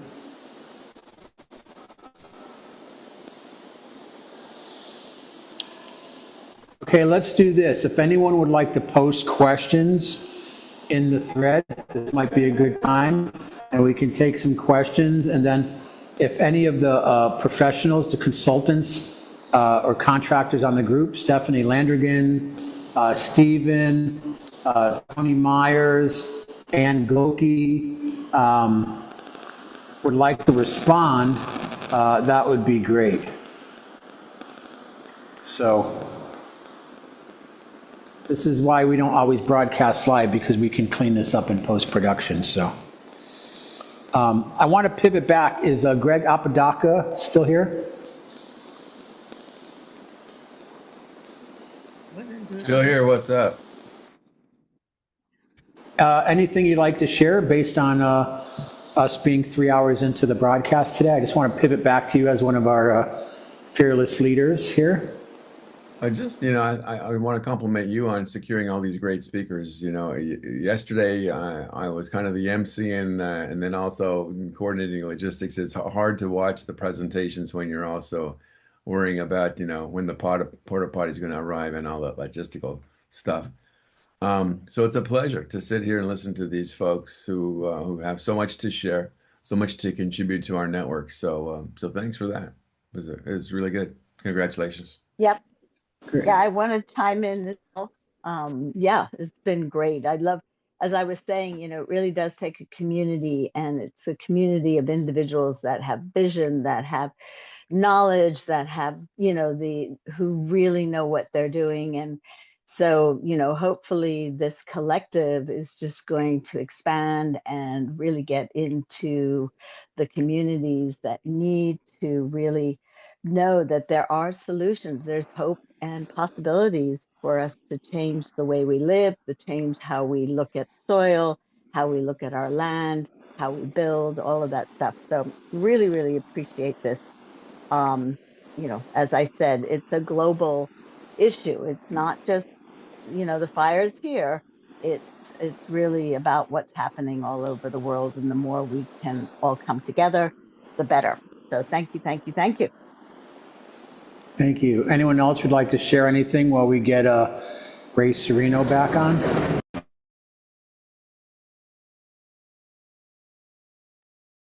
It's that question. What did you just say? Oh, is there anyone else on the call that would like to ask a question or make a comment while we're waiting? Okay, Ray's coming back in a minute. Yeah. Go ahead. Anyone who would like to speak? Yeah. I don't know if you can hear me. My name is Glenn Hickman. Can you hear me? Yes. Yeah. So I love, I came in late to the presentations and only now on the second day. And I'm very curious. I love the pieces and parts that in the whole can actually reinvigorate, we'll call it reworld or repurpose the community on a parcel basis and citywide. But I am curious if there's a pathway to, we'll call it the tax offset for the folks that have trusts. I'm going to make reference to one example, and it's called Reworld. And so I'd ask those innovators that are on this line to go to that website. It's reworld.eco. And you'll notice that in the protection of habitat for a monkey in Colombia, that it was a global effort on behalf of a philanthropist, a venture capitalist, who implemented a process, a plan that used GIS and tax offset to basically protect the habitat. In this case, it's the people. In this case, is how do we take that compost ceramic and enable the people that come back to purpose them, to enable them, not that they pay for it, that maybe folks like me that have trusts are orchestrated and bring these enablers, whether it's trees or ceramic composting devices, to the parcels. And in the aggregate, we map it, we look at the carbon credits, and we prove that after a reconfiguration, we in fact can make a difference. That's kind of a comment, and that's what I'm gleaning from all of you innovators. Thank you.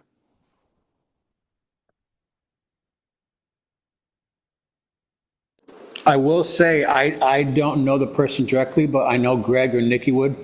There was someone there yesterday, I think it was called BOI. There was an organization there that I think is working on that. And I think since Greg, Nikki, C3.0X is there on the ground, none of us want to, have to wear 100 hats, but I think since they become such a flashpoint for communication regarding post-fire community response, and a lot of community leaders and even people that were there, again, from the EPA and other city council and such, I think it's all possible, but I think what I've experienced, sometimes it just takes a team leader, someone who can kind of marshal on besides people taking on too much, because we're all also still trying to make our livelihoods, have quality of life.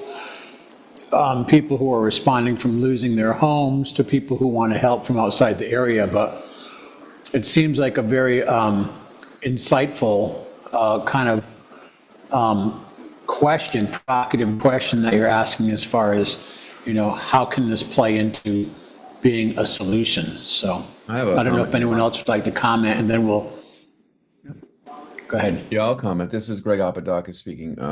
Yesterday, we announced that we're having our second meeting of conscious investors.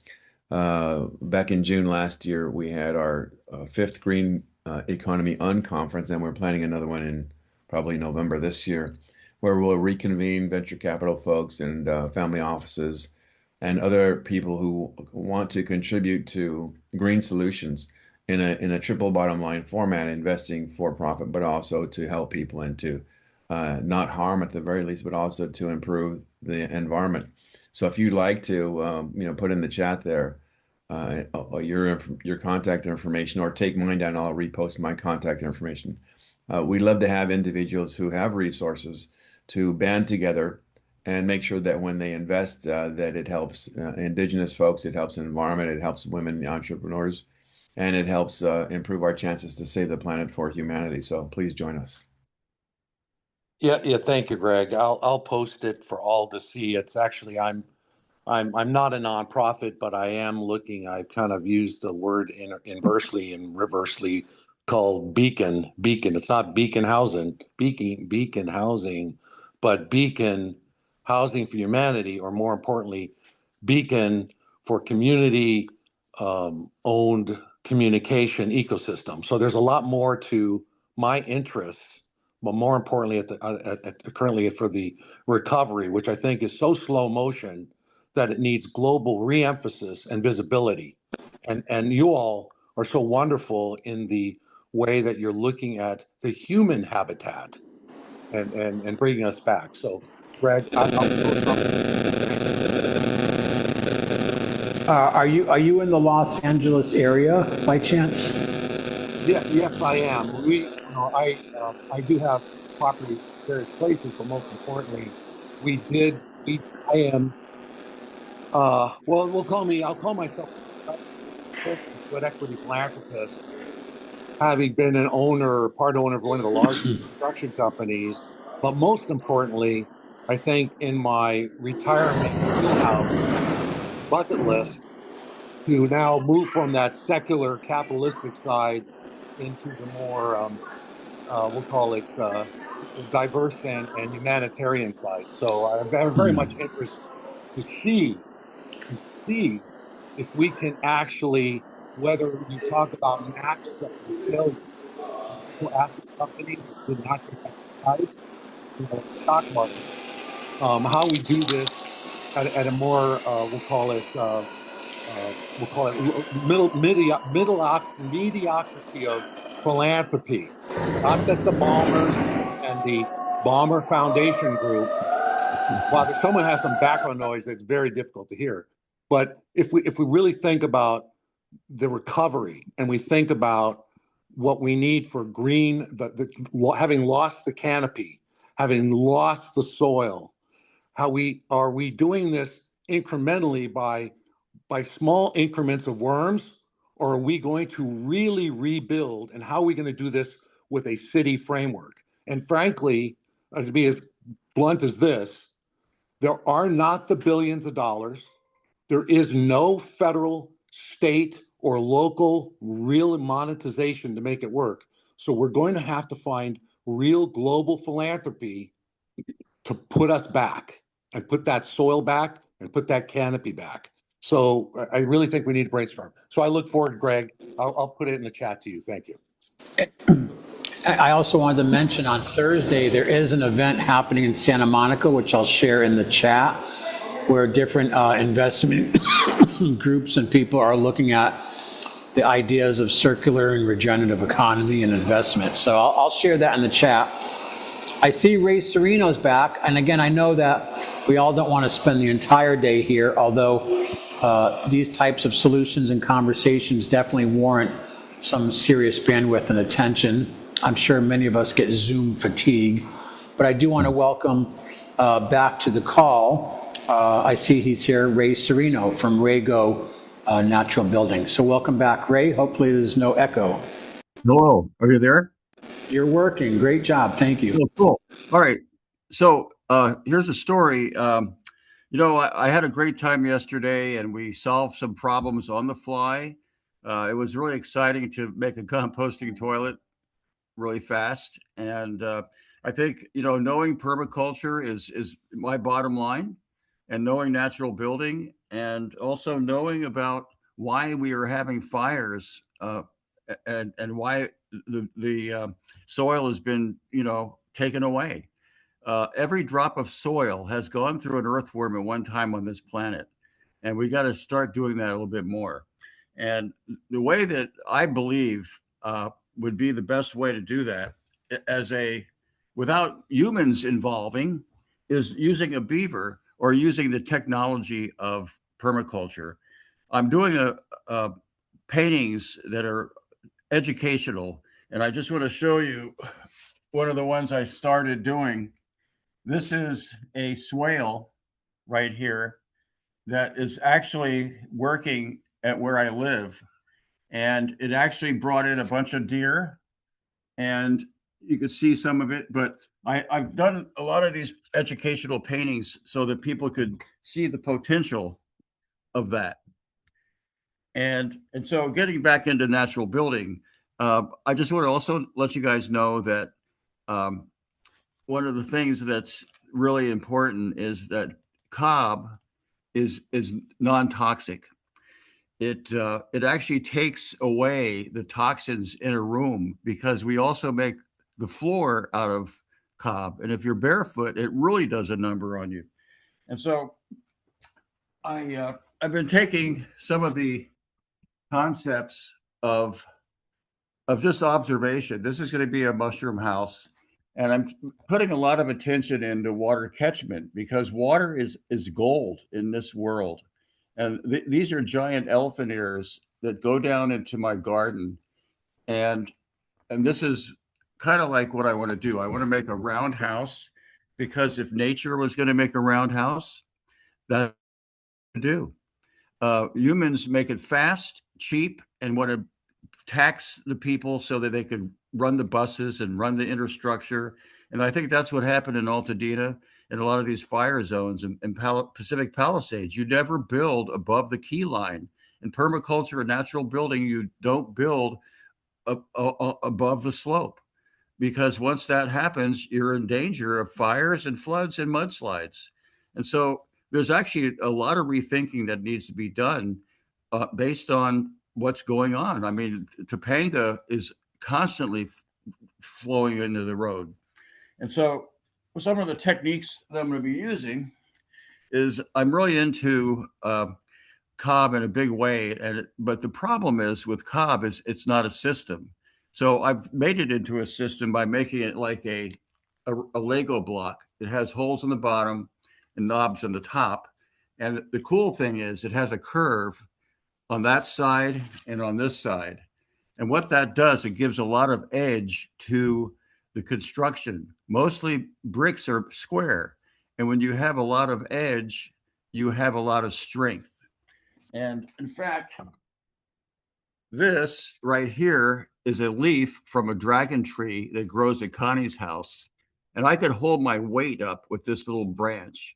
And I use this as strapping inside the cob, and it's almost as strong as iron. And also it's all free. And native people probably used it in the past, but you could actually break it apart and it's still strong. So, and Ray, someone was asking if it's cob earthquake proof. Well, let me tell you the cool thing about that. It's earthquake proof in a roundhouse, because picture a house being like a bowl, and underneath the bowl is gravel, and the gravel are like marbles. So when an earthquake comes, it's like waves. And so what happens is it rolls like a wave. Now it might be tilted, but you don't want to have a giant house. You would have a small house, and also it's all recyclable material. You could take it and rebuild it with the same material. You cannot do that with concrete. It takes too much energy. And so what I'm doing is I'm putting a rebarb, threaded rod, and lots of things tied to the roof and to the foundation. And so it becomes a unibody construction. And unibody construction is like that bowl that's in a bunch of marbles. And most homes are concrete foundations that are stuck into the clay and DG soils, and they're square. The reason I want to go round is because it's kind of like the earth is embracing you.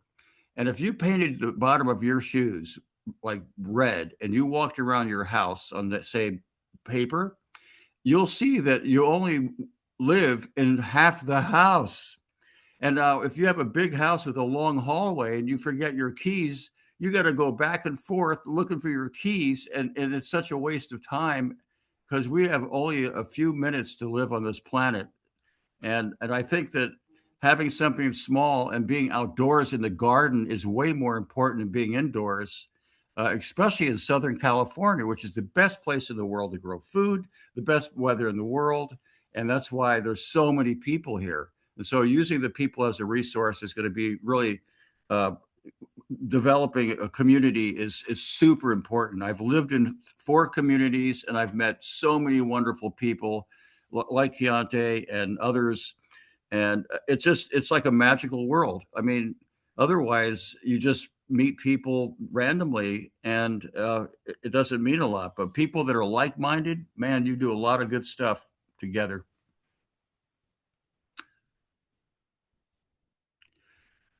So I want to show you some techniques. This is lava stone. It's called scoria. It has tongue and groove in it.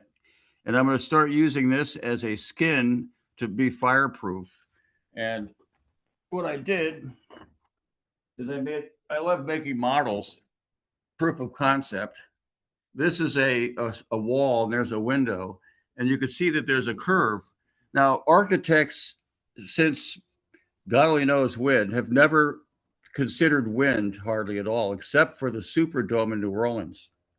In the Superdome in New Orleans, they have this curve on the stadium because hurricanes go up to 200 miles per hour plus. And what it does, it creates a wind wall so that the wall and the wind become the solution. And so in permaculture, we turn the problem into the solution. And so that's what the thinking should be, because if you don't embrace the problem, it's going to grow, and you don't want that to happen. Now, the other cool thing that I've developed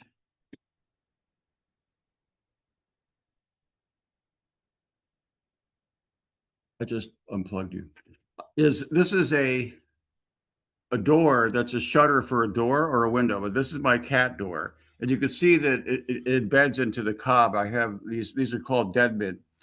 And anyway, when you go on a vacation, you could unlock it or lock it up so no one could break the window. And also a fire, when it hits this, it swells up and it seals it. So now you have something that's bear proof, fireproof, and you could be in your cob house with no worries. You don't know evacuation needed, no insurance needed, except for liability. So I also want to encourage people to look in the chat when you're done presenting, or if you were a presenter, there's a lot of questions, people looking for connection or contact information. So please feel free to use the chat. Again, I want to remind people this Soil Summit Sunday seminar series will be edited and rebroadcast on Regen Media TV, and C3.0X will also be broadcast. So back to Mr. Serino and Rego. Okay, so here's my contact. What we're doing, I'm building a dream house that's going to be fire resistant and everything we'd ever want to have to show a model that works really well. I'm also into building solar cookers. And one of the windows of the south-facing wall will be a solar cooker window. At a certain time of day, you can throw your potatoes in there, your rice, whatever, and it'll cook it. And you don't have to go outside. And so you use the sun. It's the biggest furnace in the solar system, or our solar system, to cook with. And so these are things that are actually fun to do, and it's exciting. And I've also been approached by SciArc, which is an architectural school, one of the 10th best in the country. And they're doing a movie on what I'm doing with other architects on solutions for fires and fireproof housing. And also I'm going to present to them this year a bunch of my Rego blocks, which I have a brick press I just ordered, and it's in my shop. And I'm going to start making bricks that they could put together a makeshift house in their parking lot and let them go wild and just have them create the app if possible. In fact, imagine having a natural built house with an app. Now, one of the things that I learned yesterday at Greg's place was there's a lady who is going to be making a house out of recycled plastic. Now, I was talking to her about Cobb and making printed houses. Now, printed houses, I don't know enough about them, but I know that you have to have a setup for the printed house. And a lot of times they're using concrete, which is really a no-no. Concrete lasts only 100 years. When we make anything, it has to last 7 generations or 200 years.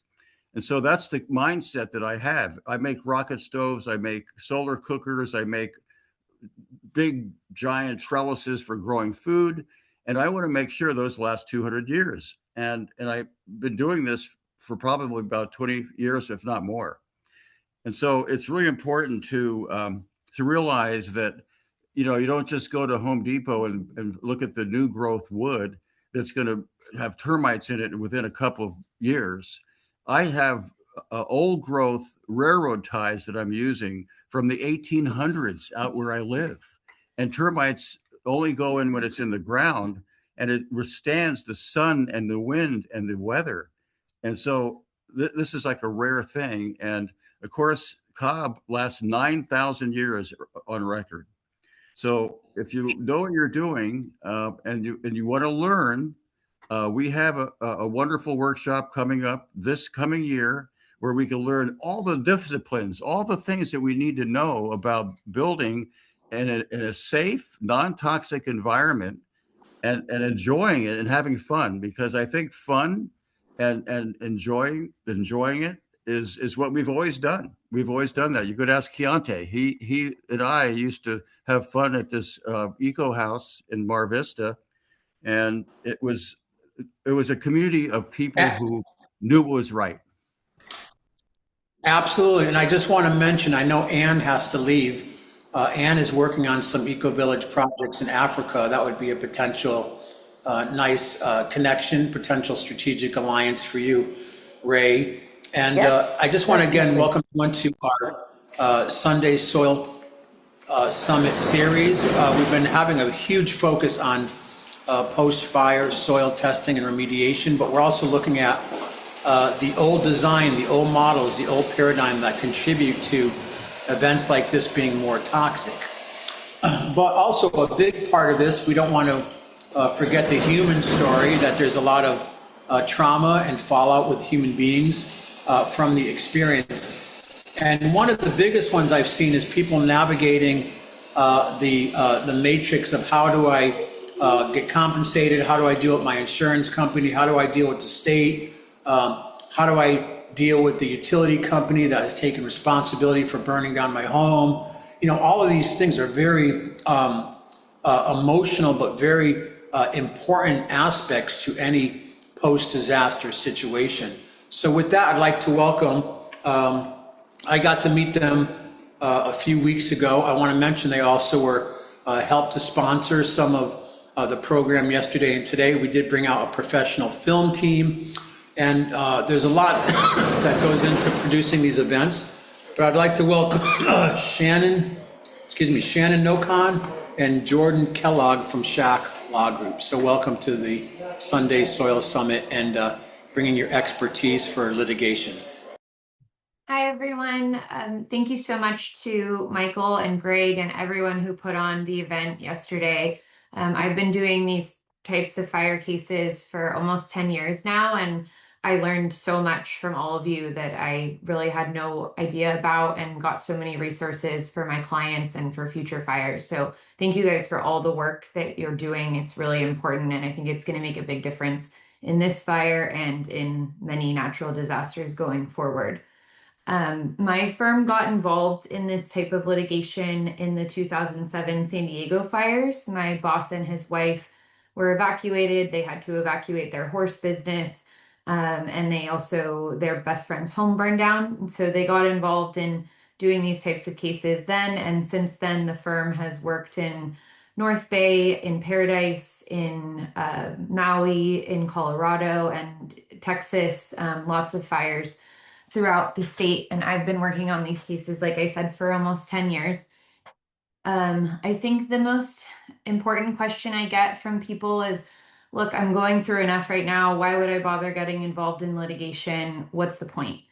And really, the point is right about now, as I'm sure many people know, is when you're going to start wrapping up your insurance claims, or you're still fighting with your insurance to get the money you should get.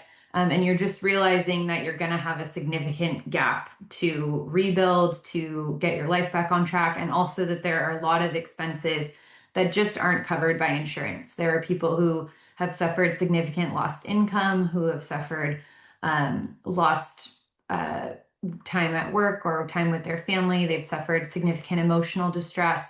They've suffered personal injury. Those types of things are just not covered by insurance, but they take a huge toll on you personally as well as your finances. So in a case where there is a utility at fault, that's where that type of litigation can come in and help people bridge that gap. It's not as fast as insurance. It might take a little bit longer, but it really does help people get across the finish line, at least closer to it financially in recovery. So that's what the purpose of the litigation is for. My team and really any law firm that does this type of litigation for the most part does it this way. It's a fairly small group of law firms that do this and have been involved in most of the cases. But everything is done on contingency for the most part. I'm not really aware of any firm that doesn't do it on contingency. So it's no money out of the client's pocket. If we are successful in recovering money for you, then we take a 20% cut of that. We front all of the costs. We pay for a team of experts to evaluate what your actual damages are, and to really build up your individual claims so that you're maximizing as much as you can out of both your insurance and your utility claim. So I would encourage anyone who's on the fence or who knows people who are on the fence, it's really almost no risk to the person to participate in litigation. This is not like a normal litigation where you clients have to do depositions or go to trial. That almost never happens. I have not had a case go to trial. Almost everything settles. I've had very few plaintiffs have to sit for deposition. The only time that's ever happened is if they saw something that was related to the ignition or that spoke to liability. The defense wanted to know what facts they had.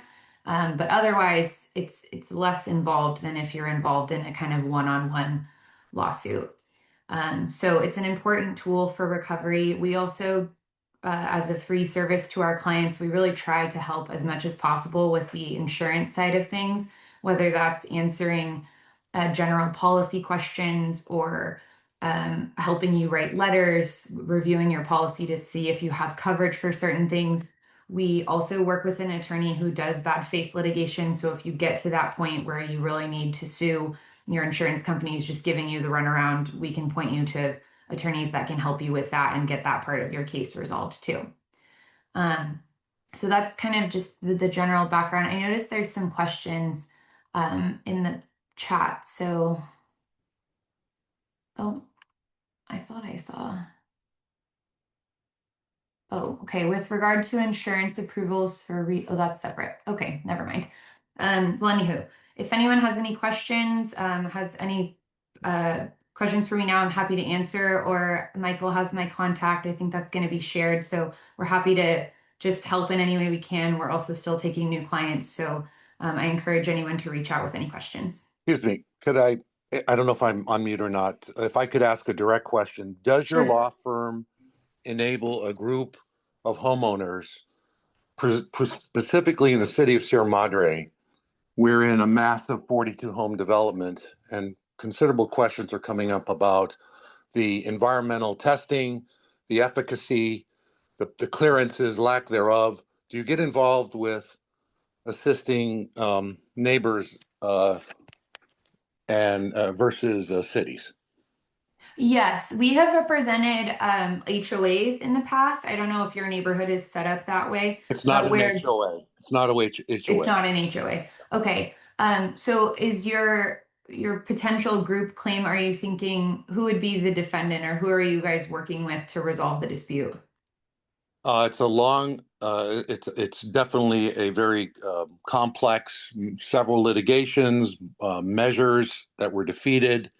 It's, you might call it a NIMBY, a YIMBY, a need for money, you know, from a city that needs development. And I know I'm on a recorded line, and this may reach its way in different ways. So I'll put my contact information into the chat to you specifically, and if there's interest, we need that. There's probably a group of 40 people need help. Thank you. Okay, great. Yeah, and as I said, we primarily do the utility litigation, but having done these cases for so long, we're pretty familiar at this point with a lot of the issues that come up, whether it's with the government or with other entities that you're dealing with, insurance companies. So we can at least point you in the direction of someone who is an expert in that, even if it's not something we can help with. Thank you. All right. Well, barring that, thank you everyone for your time, and feel free to reach out and continue the great work that you're doing. It's really, really impressive.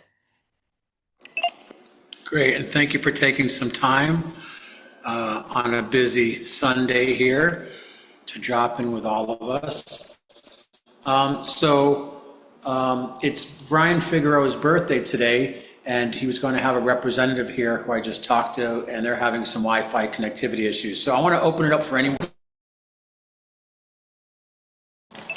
Anybody have any input or anything they'd like to share before we wrap the call for today? Yeah, just this is Christine with 301 Organics. I just wanted to say thank you for another opportunity to share what it is that we do, but you know, this opportunity to even share resources across the board. I did put in the chat another resource, so hopefully everyone can check that out. And you know, our vision and our goal and our commitment for 2026 is to get as many of the properties covered as possible, more so from a public health standpoint than anything else. And we can't do that at scale if we're not building a workforce. And we're just proud of the team that we have, and we're ready to train another cohort of workers. But we need support. Not us as an entity, but people who can't afford to get their ground covered needs financial support, and we're here to help with that. So, and thank you, Michael and Greg and everyone. Your heart is in this. It's genuine. It's transparent, and I'm just so honored to be a part of the group. Thank you.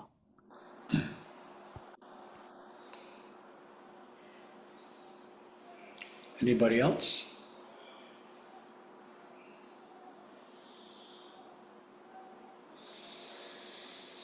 So just on finishing a couple things, I will, again, as many of you know me, I'll probably send it out on Telegram, Signal, Facebook, WhatsApp to the Soil Summit groups. I'm sure Greg and Nikki will be emailing you.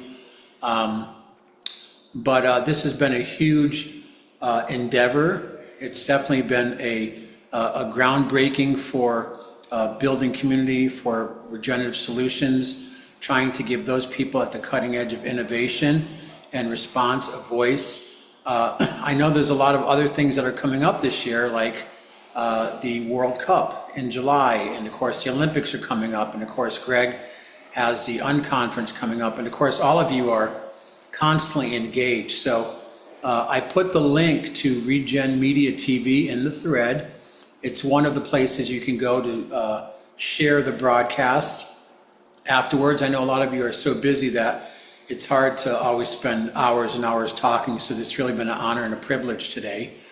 And that's posted, but I also did post, and again, I want to just acknowledge Greg and this event at his property, and Nikki and all of you for an incredible optimistic response. Actually, the other day, someone called me an apocalyptimist.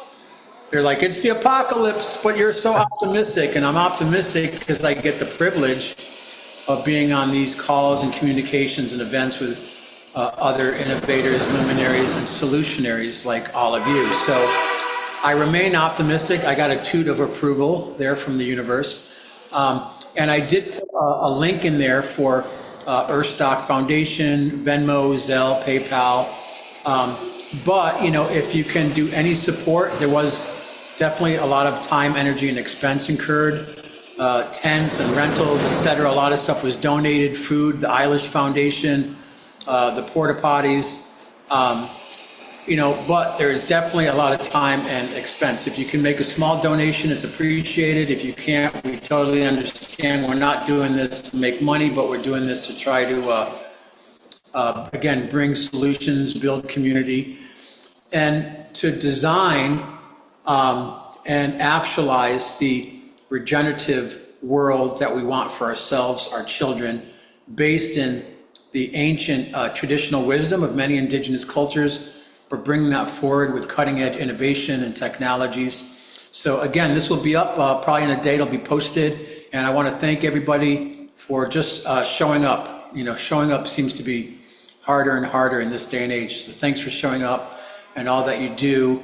And I really, again, a big shout out and condolences to all the survivors of the Eaton fire and also of the Palisades fire, and a lot more to come. So thank you so much for your time, and have a great Sunday, and we'll be reaching out to you. And again, any support is appreciated. So thank you very much. Have a great rest of your weekend. Thanks, Michael.